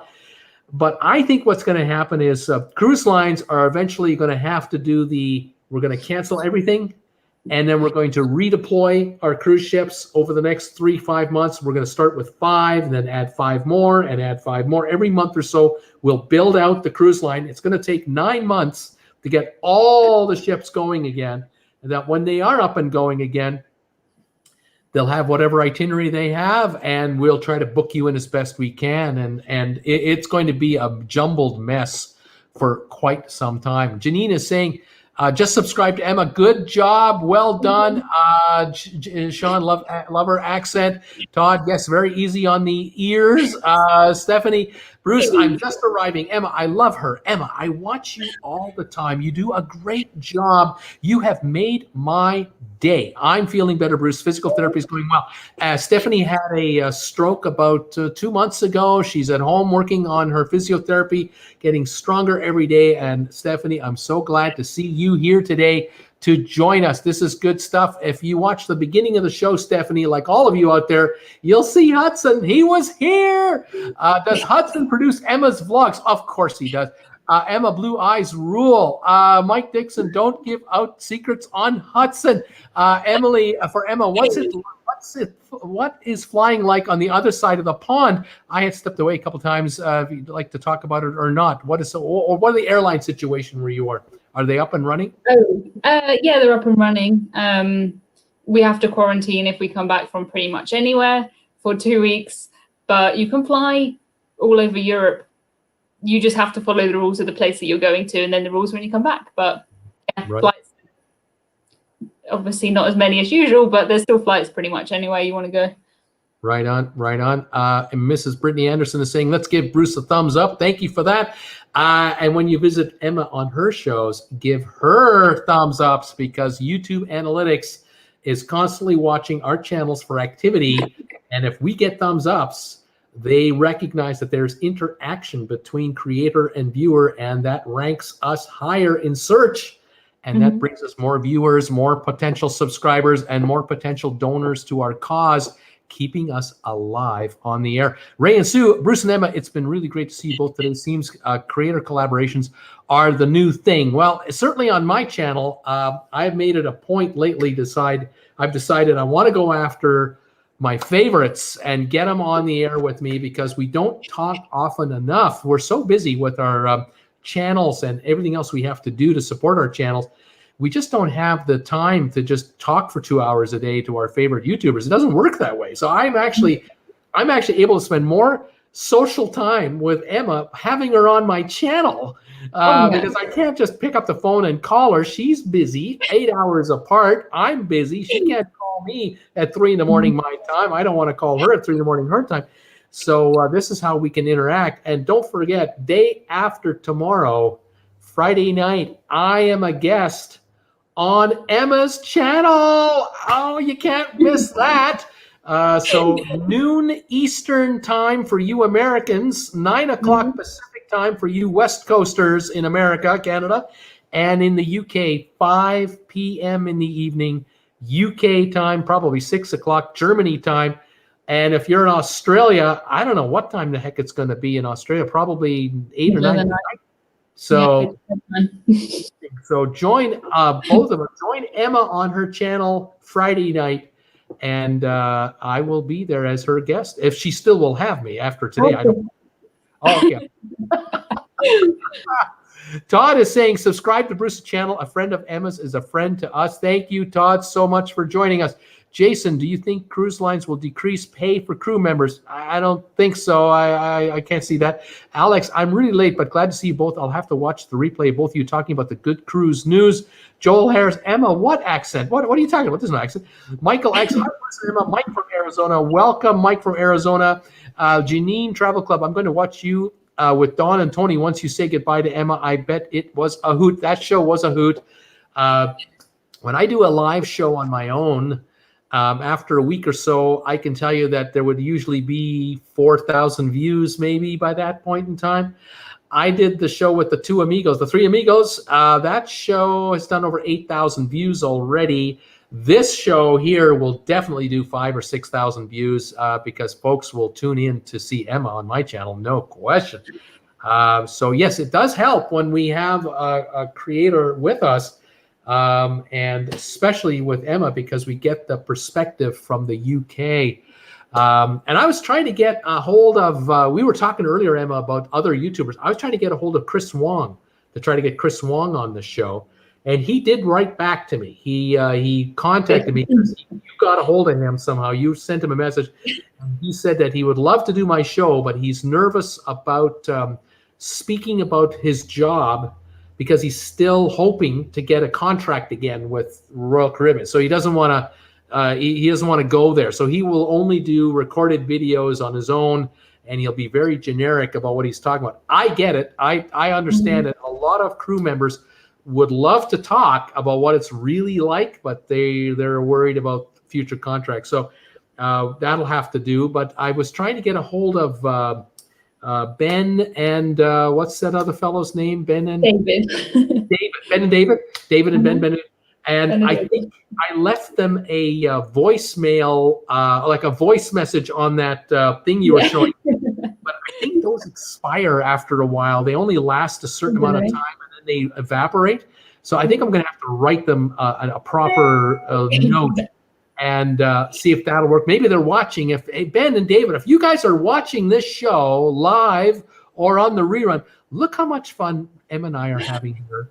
This is great. I would love to have you two guys come on here, and I'll introduce you to my North American audience.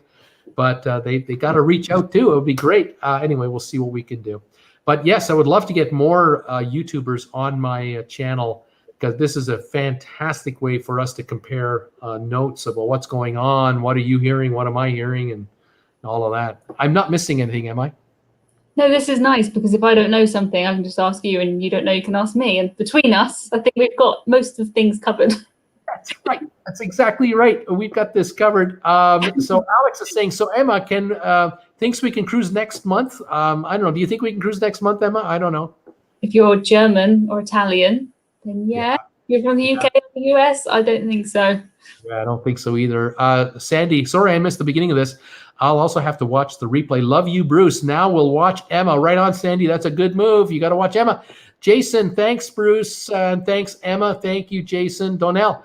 And why wouldn't Emma have you on her show, Bruce? I enjoyed tonight's show. I was kidding. I was just kidding.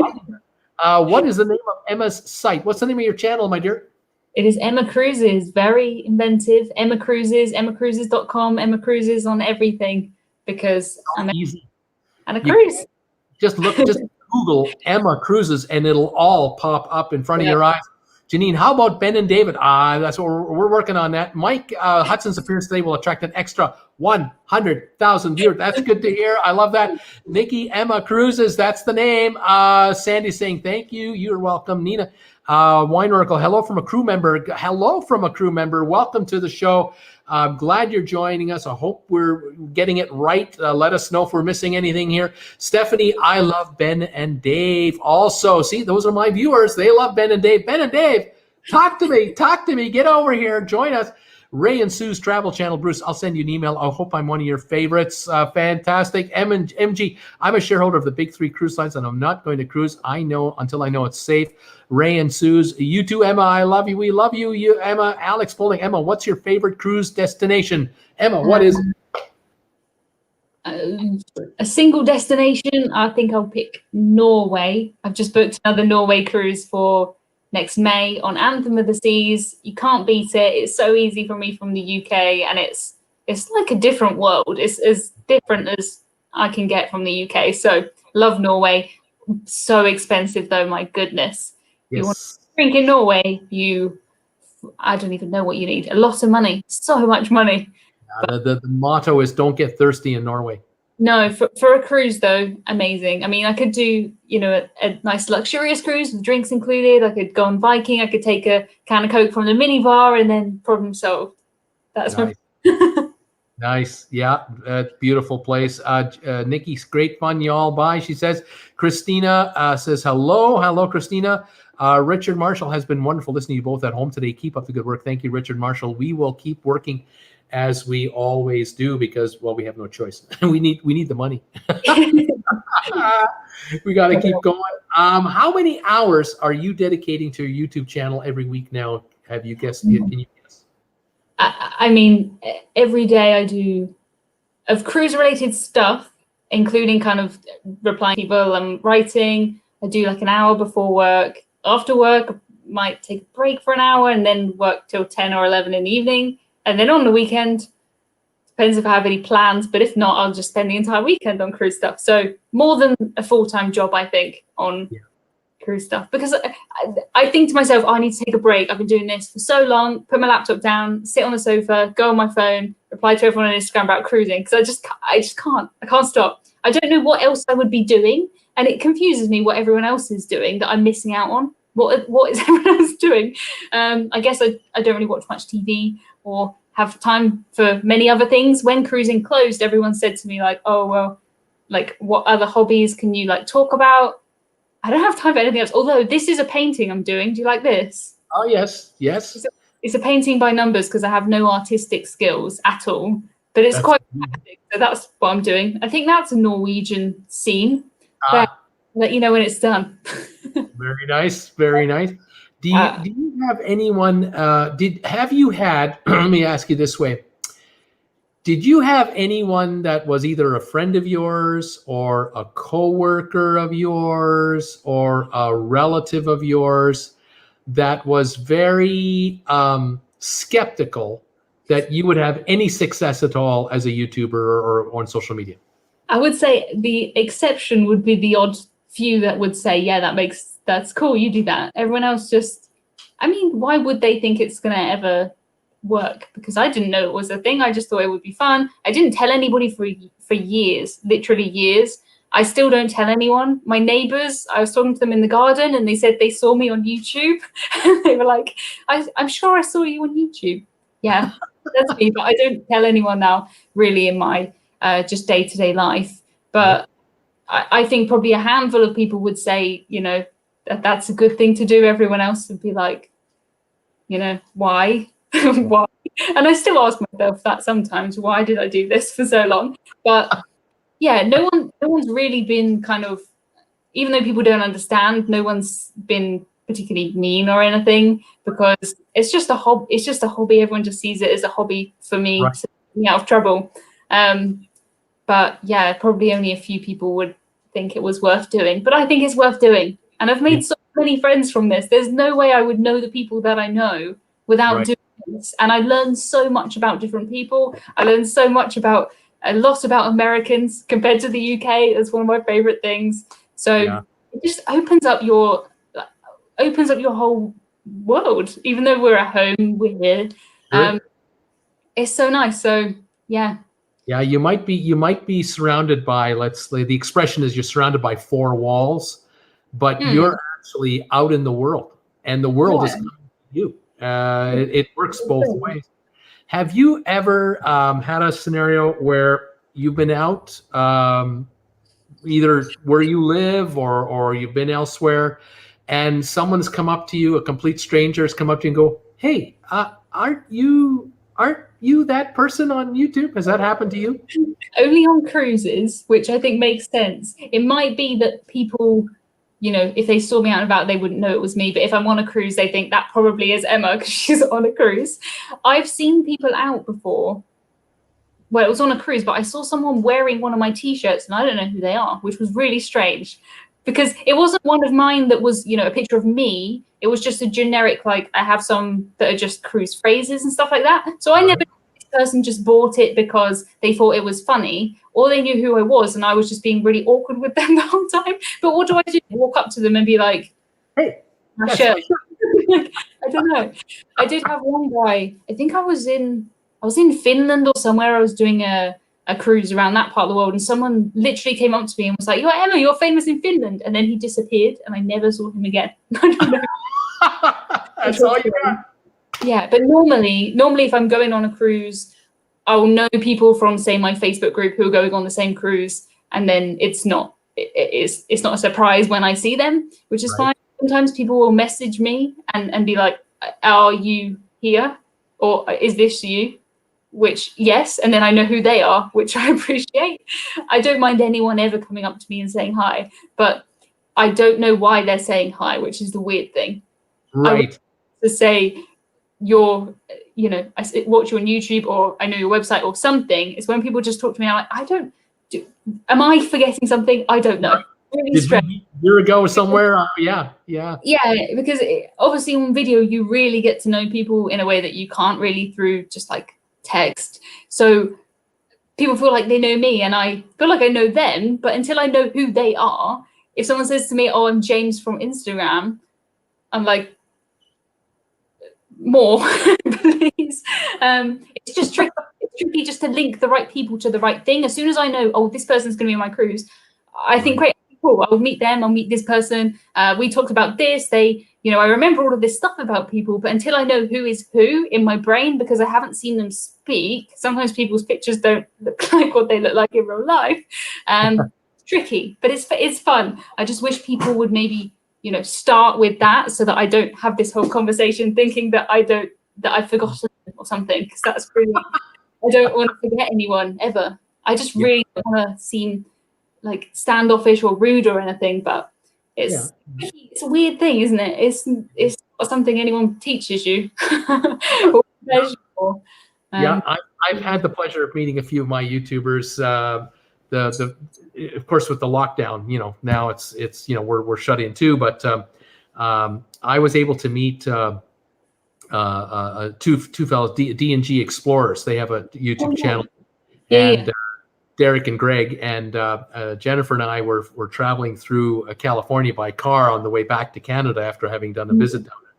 And we stopped and had an evening, hung out for an evening with them, and it was just great because you're sitting with fellow YouTubers. I think I had 30,000 subscribers at the time. They had about 1,100 at the time, and I found them when they had about 600 subscribers. That's when I came across their channel, and I did a collaboration with them because I just thought I love what they do, and they just part-time work on YouTube. And so I got to meet them, and Jennifer got to meet them, and it was just wonderful. And then I was able to meet Debbie Emanuel, one of my viewers who's here tonight. I met her in Chico, California. We're in Northern California, and Jennifer and I stopped, and we met her and her mom, and it was just fantastic just to see an actual viewer and just to be able to interact in person, and it was absolutely wonderful. And the shock I got was about a week and a half ago. I got an email from a local here. The gentleman has already been on the show.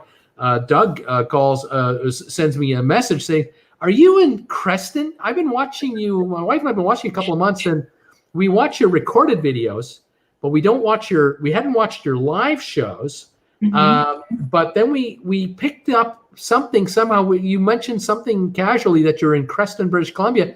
Well, that's where we are. We're in Creston, British Columbia. So I got together with him at a local coffee shop and got to chat for a couple hours with a local Crestonian about the life here and being a YouTuber and stuff. So it's kind of cool having that happen from time to time. But I am looking forward to when we get back to cruising. You're going to find a whole different situation because you're at 30 something thousand subs now.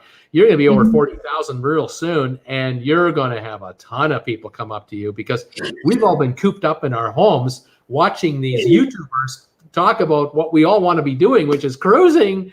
And I know that when I start cruising, as soon as I get on my first one, I know I'll be approached.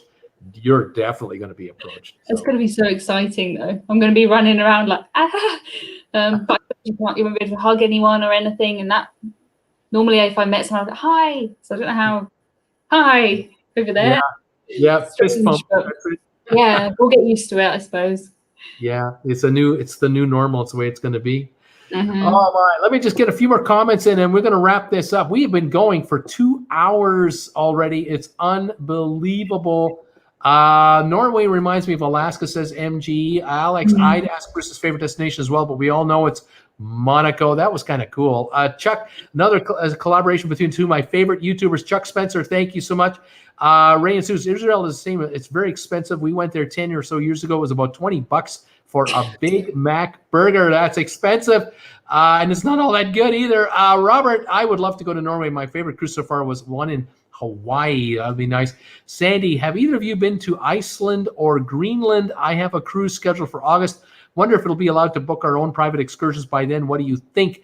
Don't know about private excursions there, but I would think that cruise line will have excursions if you're going, I would think. Yeah, never been. Not yet. I've never been. Would love to see Iceland someday. Iceland, I'd love to see. Donnell, Emma, have you ever visited Cork Harbor? If so, did you go on an excursion to Blarney Castle? Nope, never ever. Sorry. Boat breakers are saying, hey, we're going. Hey. Mike Dixon, Emma's film with Sean and Steph touring Brighton was superb. There you go. There's high praise indeed. Fitzroy Phillip, hi, Bruce. Good afternoon. Welcome, Fitzroy.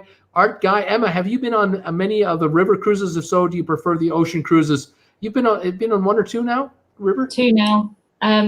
If you want to learn about river cruises, just plug my own channel because I have river cruise videos on there. So Emma Cruises. I don't think I prefer one or the other because they're completely different things. It's like doing kind of a land vacation versus a cruise. They're very different.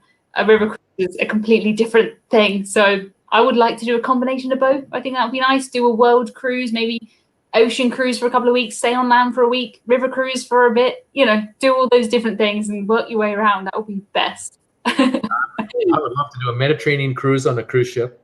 Yeah. Then do a river cruise for 2 weeks or so in Britain, or in Europe, I mean. Then do another a cruise towards, let's say, France up to the British Isles and Norway. Get it all in. That would be fantastic. You can go off the Russia, Baltic cruise. Yeah, everywhere.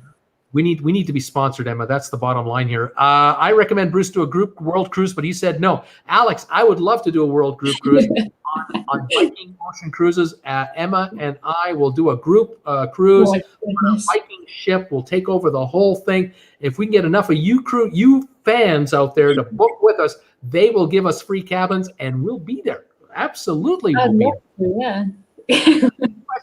Valerie, just now seeing this, cool to see the two of you together. Valerie, thank you for being here today. Mara Jane, good afternoon, Bruce and Emma. Great to see both of you. Bruce, thank you for teaming up with so many wonderful YouTubers. It's easy. They're out there, and I find them, and I love bringing people like Emma here. I love Justin from Ship Life and the three amigos. Get them in here. Next week, Sharon at Sea will be here. We're going to have some fun here. Brian Whited, have you had anyone ask you for your autograph? Emma, have you had anyone ask you for your autograph? No, I've never asked anyone for an autograph either. Anyone want a selfie?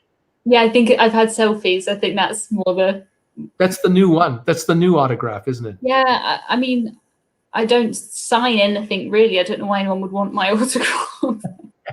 I don't have any 8x10 photos with me when I go out of the house. I am making postcards. So I'm sending postcards out to people. And so people will be able to get my autograph here, but they're going to have to buy one of these or become a sponsor member because postage and printing and starving YouTuber need all the help we can get. Stephanie, Bruce, all of you cruise YouTubers should get together, do a week's cruise on cruising. That would be so much fun. A ship full of avid cruisers. I agree. I would love to be on a big ship and get Emma to come on out, and we'll get Tony from Lolita Loca and Dawn's Family Vacation, and then we'll take over the big showroom, and then we'll come on the stage and we'll have like these like 6 or 7 bar stools set up. We all hold microphones, and then we'll have a room of, I don't know how many they allow in there with the distancing, 200, 300, and we'll answer all the questions that people have, and that would be great because then we get to see each other in person. That'd be kind of fun. Jean is saying, Emma, you're up to 31,200 subs. Emma, way to go. You're growing today. This is good stuff. Sheila, hi from East Tennessee, a beautiful 72 degrees. That's beautiful. Sheila, welcome. Alan Lung, love you guys. Thank you, Alan. Emily, last question for Emma. Is a mask mandatory in the UK right now? In shops and trains and buses, yes. Right. But if you're going to a restaurant, you have to wear it when you're kind of walking around, but when you're sat down, then not. So yes, no. Emma, your video about the funniest mean comments was brilliant. We laughed so hard. Would love to see another one like that. It's only a matter of time because we get them all the time. Yeah. I didn't think any in that video were particularly mean. I made that video really fast, and I took maybe the mean comments from the last week or so. I didn't think any of those were that mean compared to the ones I've had in the last 6 months. Yeah. I too. So many of the mean comments don't make it through the filters, thankfully. Sometimes some of them make it all the way to the public comment area, and I'm on there every hour or so. Something fell.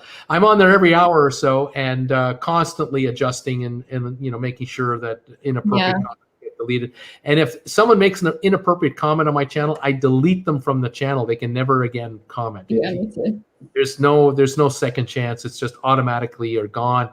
And so very rarely does someone try to come back, through another way. But usually when you eliminate them, you eliminate them. But every once in a while we get a troll, and you have to deal with the trolls. You got to just, take it as part of the, part of cost of doing business, I suppose. Glory Quest says, thanks for all the great cruising content, Emma and Bruce. Well, nice words. Thank you. You're welcome. Well, Emma, how about that? We've been on for 2 hours, 12 minutes. We've been running about 150 to 200 viewers the whole time. I'm sure people have come and gone and come and gone. It's not been a bad show. I think we've done okay. What do you think? I think that's been brilliant. It's nice to see everybody whose name I recognize in the comments. It's nice that people would come and see me here, and then hopefully people will come and see you on my channel on Friday. And then we've expanded our reach, haven't we? Which is good. So I think that's by the way. Yeah, I think so. I think it's going to definitely happen. I'm definitely looking forward to it. Sherry, great show. Margie still here. Alex is saying, so Bruce would have a lot more subscribers if he didn't block people, laughing out loud. Well, some people don't deserve to be on YouTube channels because they're rude and they're spiteful and they're hateful. And these folks, there's places for them on certain YouTube channels, but not this one. And I don't think on Emma's either. So no, not mine. Mike is saying, we'll see you both on Friday. Premier Real Estate, thank you both from Utah. Thumbs ups, everyone from Janice. Jane T, thank you. Really enjoyed listening to Bruce and Emma. Donnell, I'm already looking forward to Friday's show. I can't wait. Me neither. Thanks, Bruce and Emma, for a great show. Stephen, hello from Northwest Arkansas, USA. I'll enjoy both of your channels. Arc Adventures, great show, guys. I stayed the entire 2+ hours. Make sure to give us a thumbs up on the way out the door, folks. We appreciate that. And it's still not too late to make donations if you want to make donations. Emma has all kinds of ways you can send her money. There's all kinds of ways you can send me money. We love American dollars, British pounds, Deutschmarks. They don't have Deutschmarks. Euros, Canadian dollars. We take it all. Sandy, this is so exciting. I've never imagined to watch while you're live. Nice to have you and read our comments. It's what I try to do. Emma and I were talking about this before the show. I try to read every comment I can. It's not easy. Alex, good to have a nice evening with you guys. Thanks for the show. Loading up Emma's vlogs right now. Right on. Ray and Sue, take care, Bruce and Emma. Stay safe and healthy from Ray. Margie, lots of thumbs ups from her. Thank you, everybody. Emma, thank you so much for spending some time with me and convincing Hudson to make a cameo at the beginning. That was awesome stuff. Yeah. Guaranteed to get me 100,000 views, someone said. Let's hope for the best there. And we'll see you on Friday on your channel. Again, folks, those of you who don't know, 9 o'clock Pacific time, noon New York time, Eastern time USA, 5 o'clock UK time. Emma and I will be on Emma's channel. And what are we going to do on your channel? What's the deal? We're going to talk, but you're going to have to be quiet sometimes. I know, you're in charge. So it's going to be good. Yeah, we'll just chat. I mean, I think we could chat for another, I don't even know. I can't believe it's been 2 hours and 15 minutes. That's crazy. But yeah, I'll do the majority of the talking, I suppose, because it's my channel, but you can just hang out. I think that sounds good. I'm hanging. I'll have my cup with my drink in it, caffeine-free Diet Cola, and I'll bring sound makers if you think I need them. Yeah. But if not, they'll just stay off to the side. You're in charge on Friday. I get to relax and just sit back and go, Emma, handle it, and I'm here for you. Whatever you need, I'm there. Sounds brilliant. I look forward to it. Fantastic, Emma. Thank you so much. Have a great evening tonight. Rest up tomorrow. You're going to need it on Friday because you're going to have a crazy guest on with you.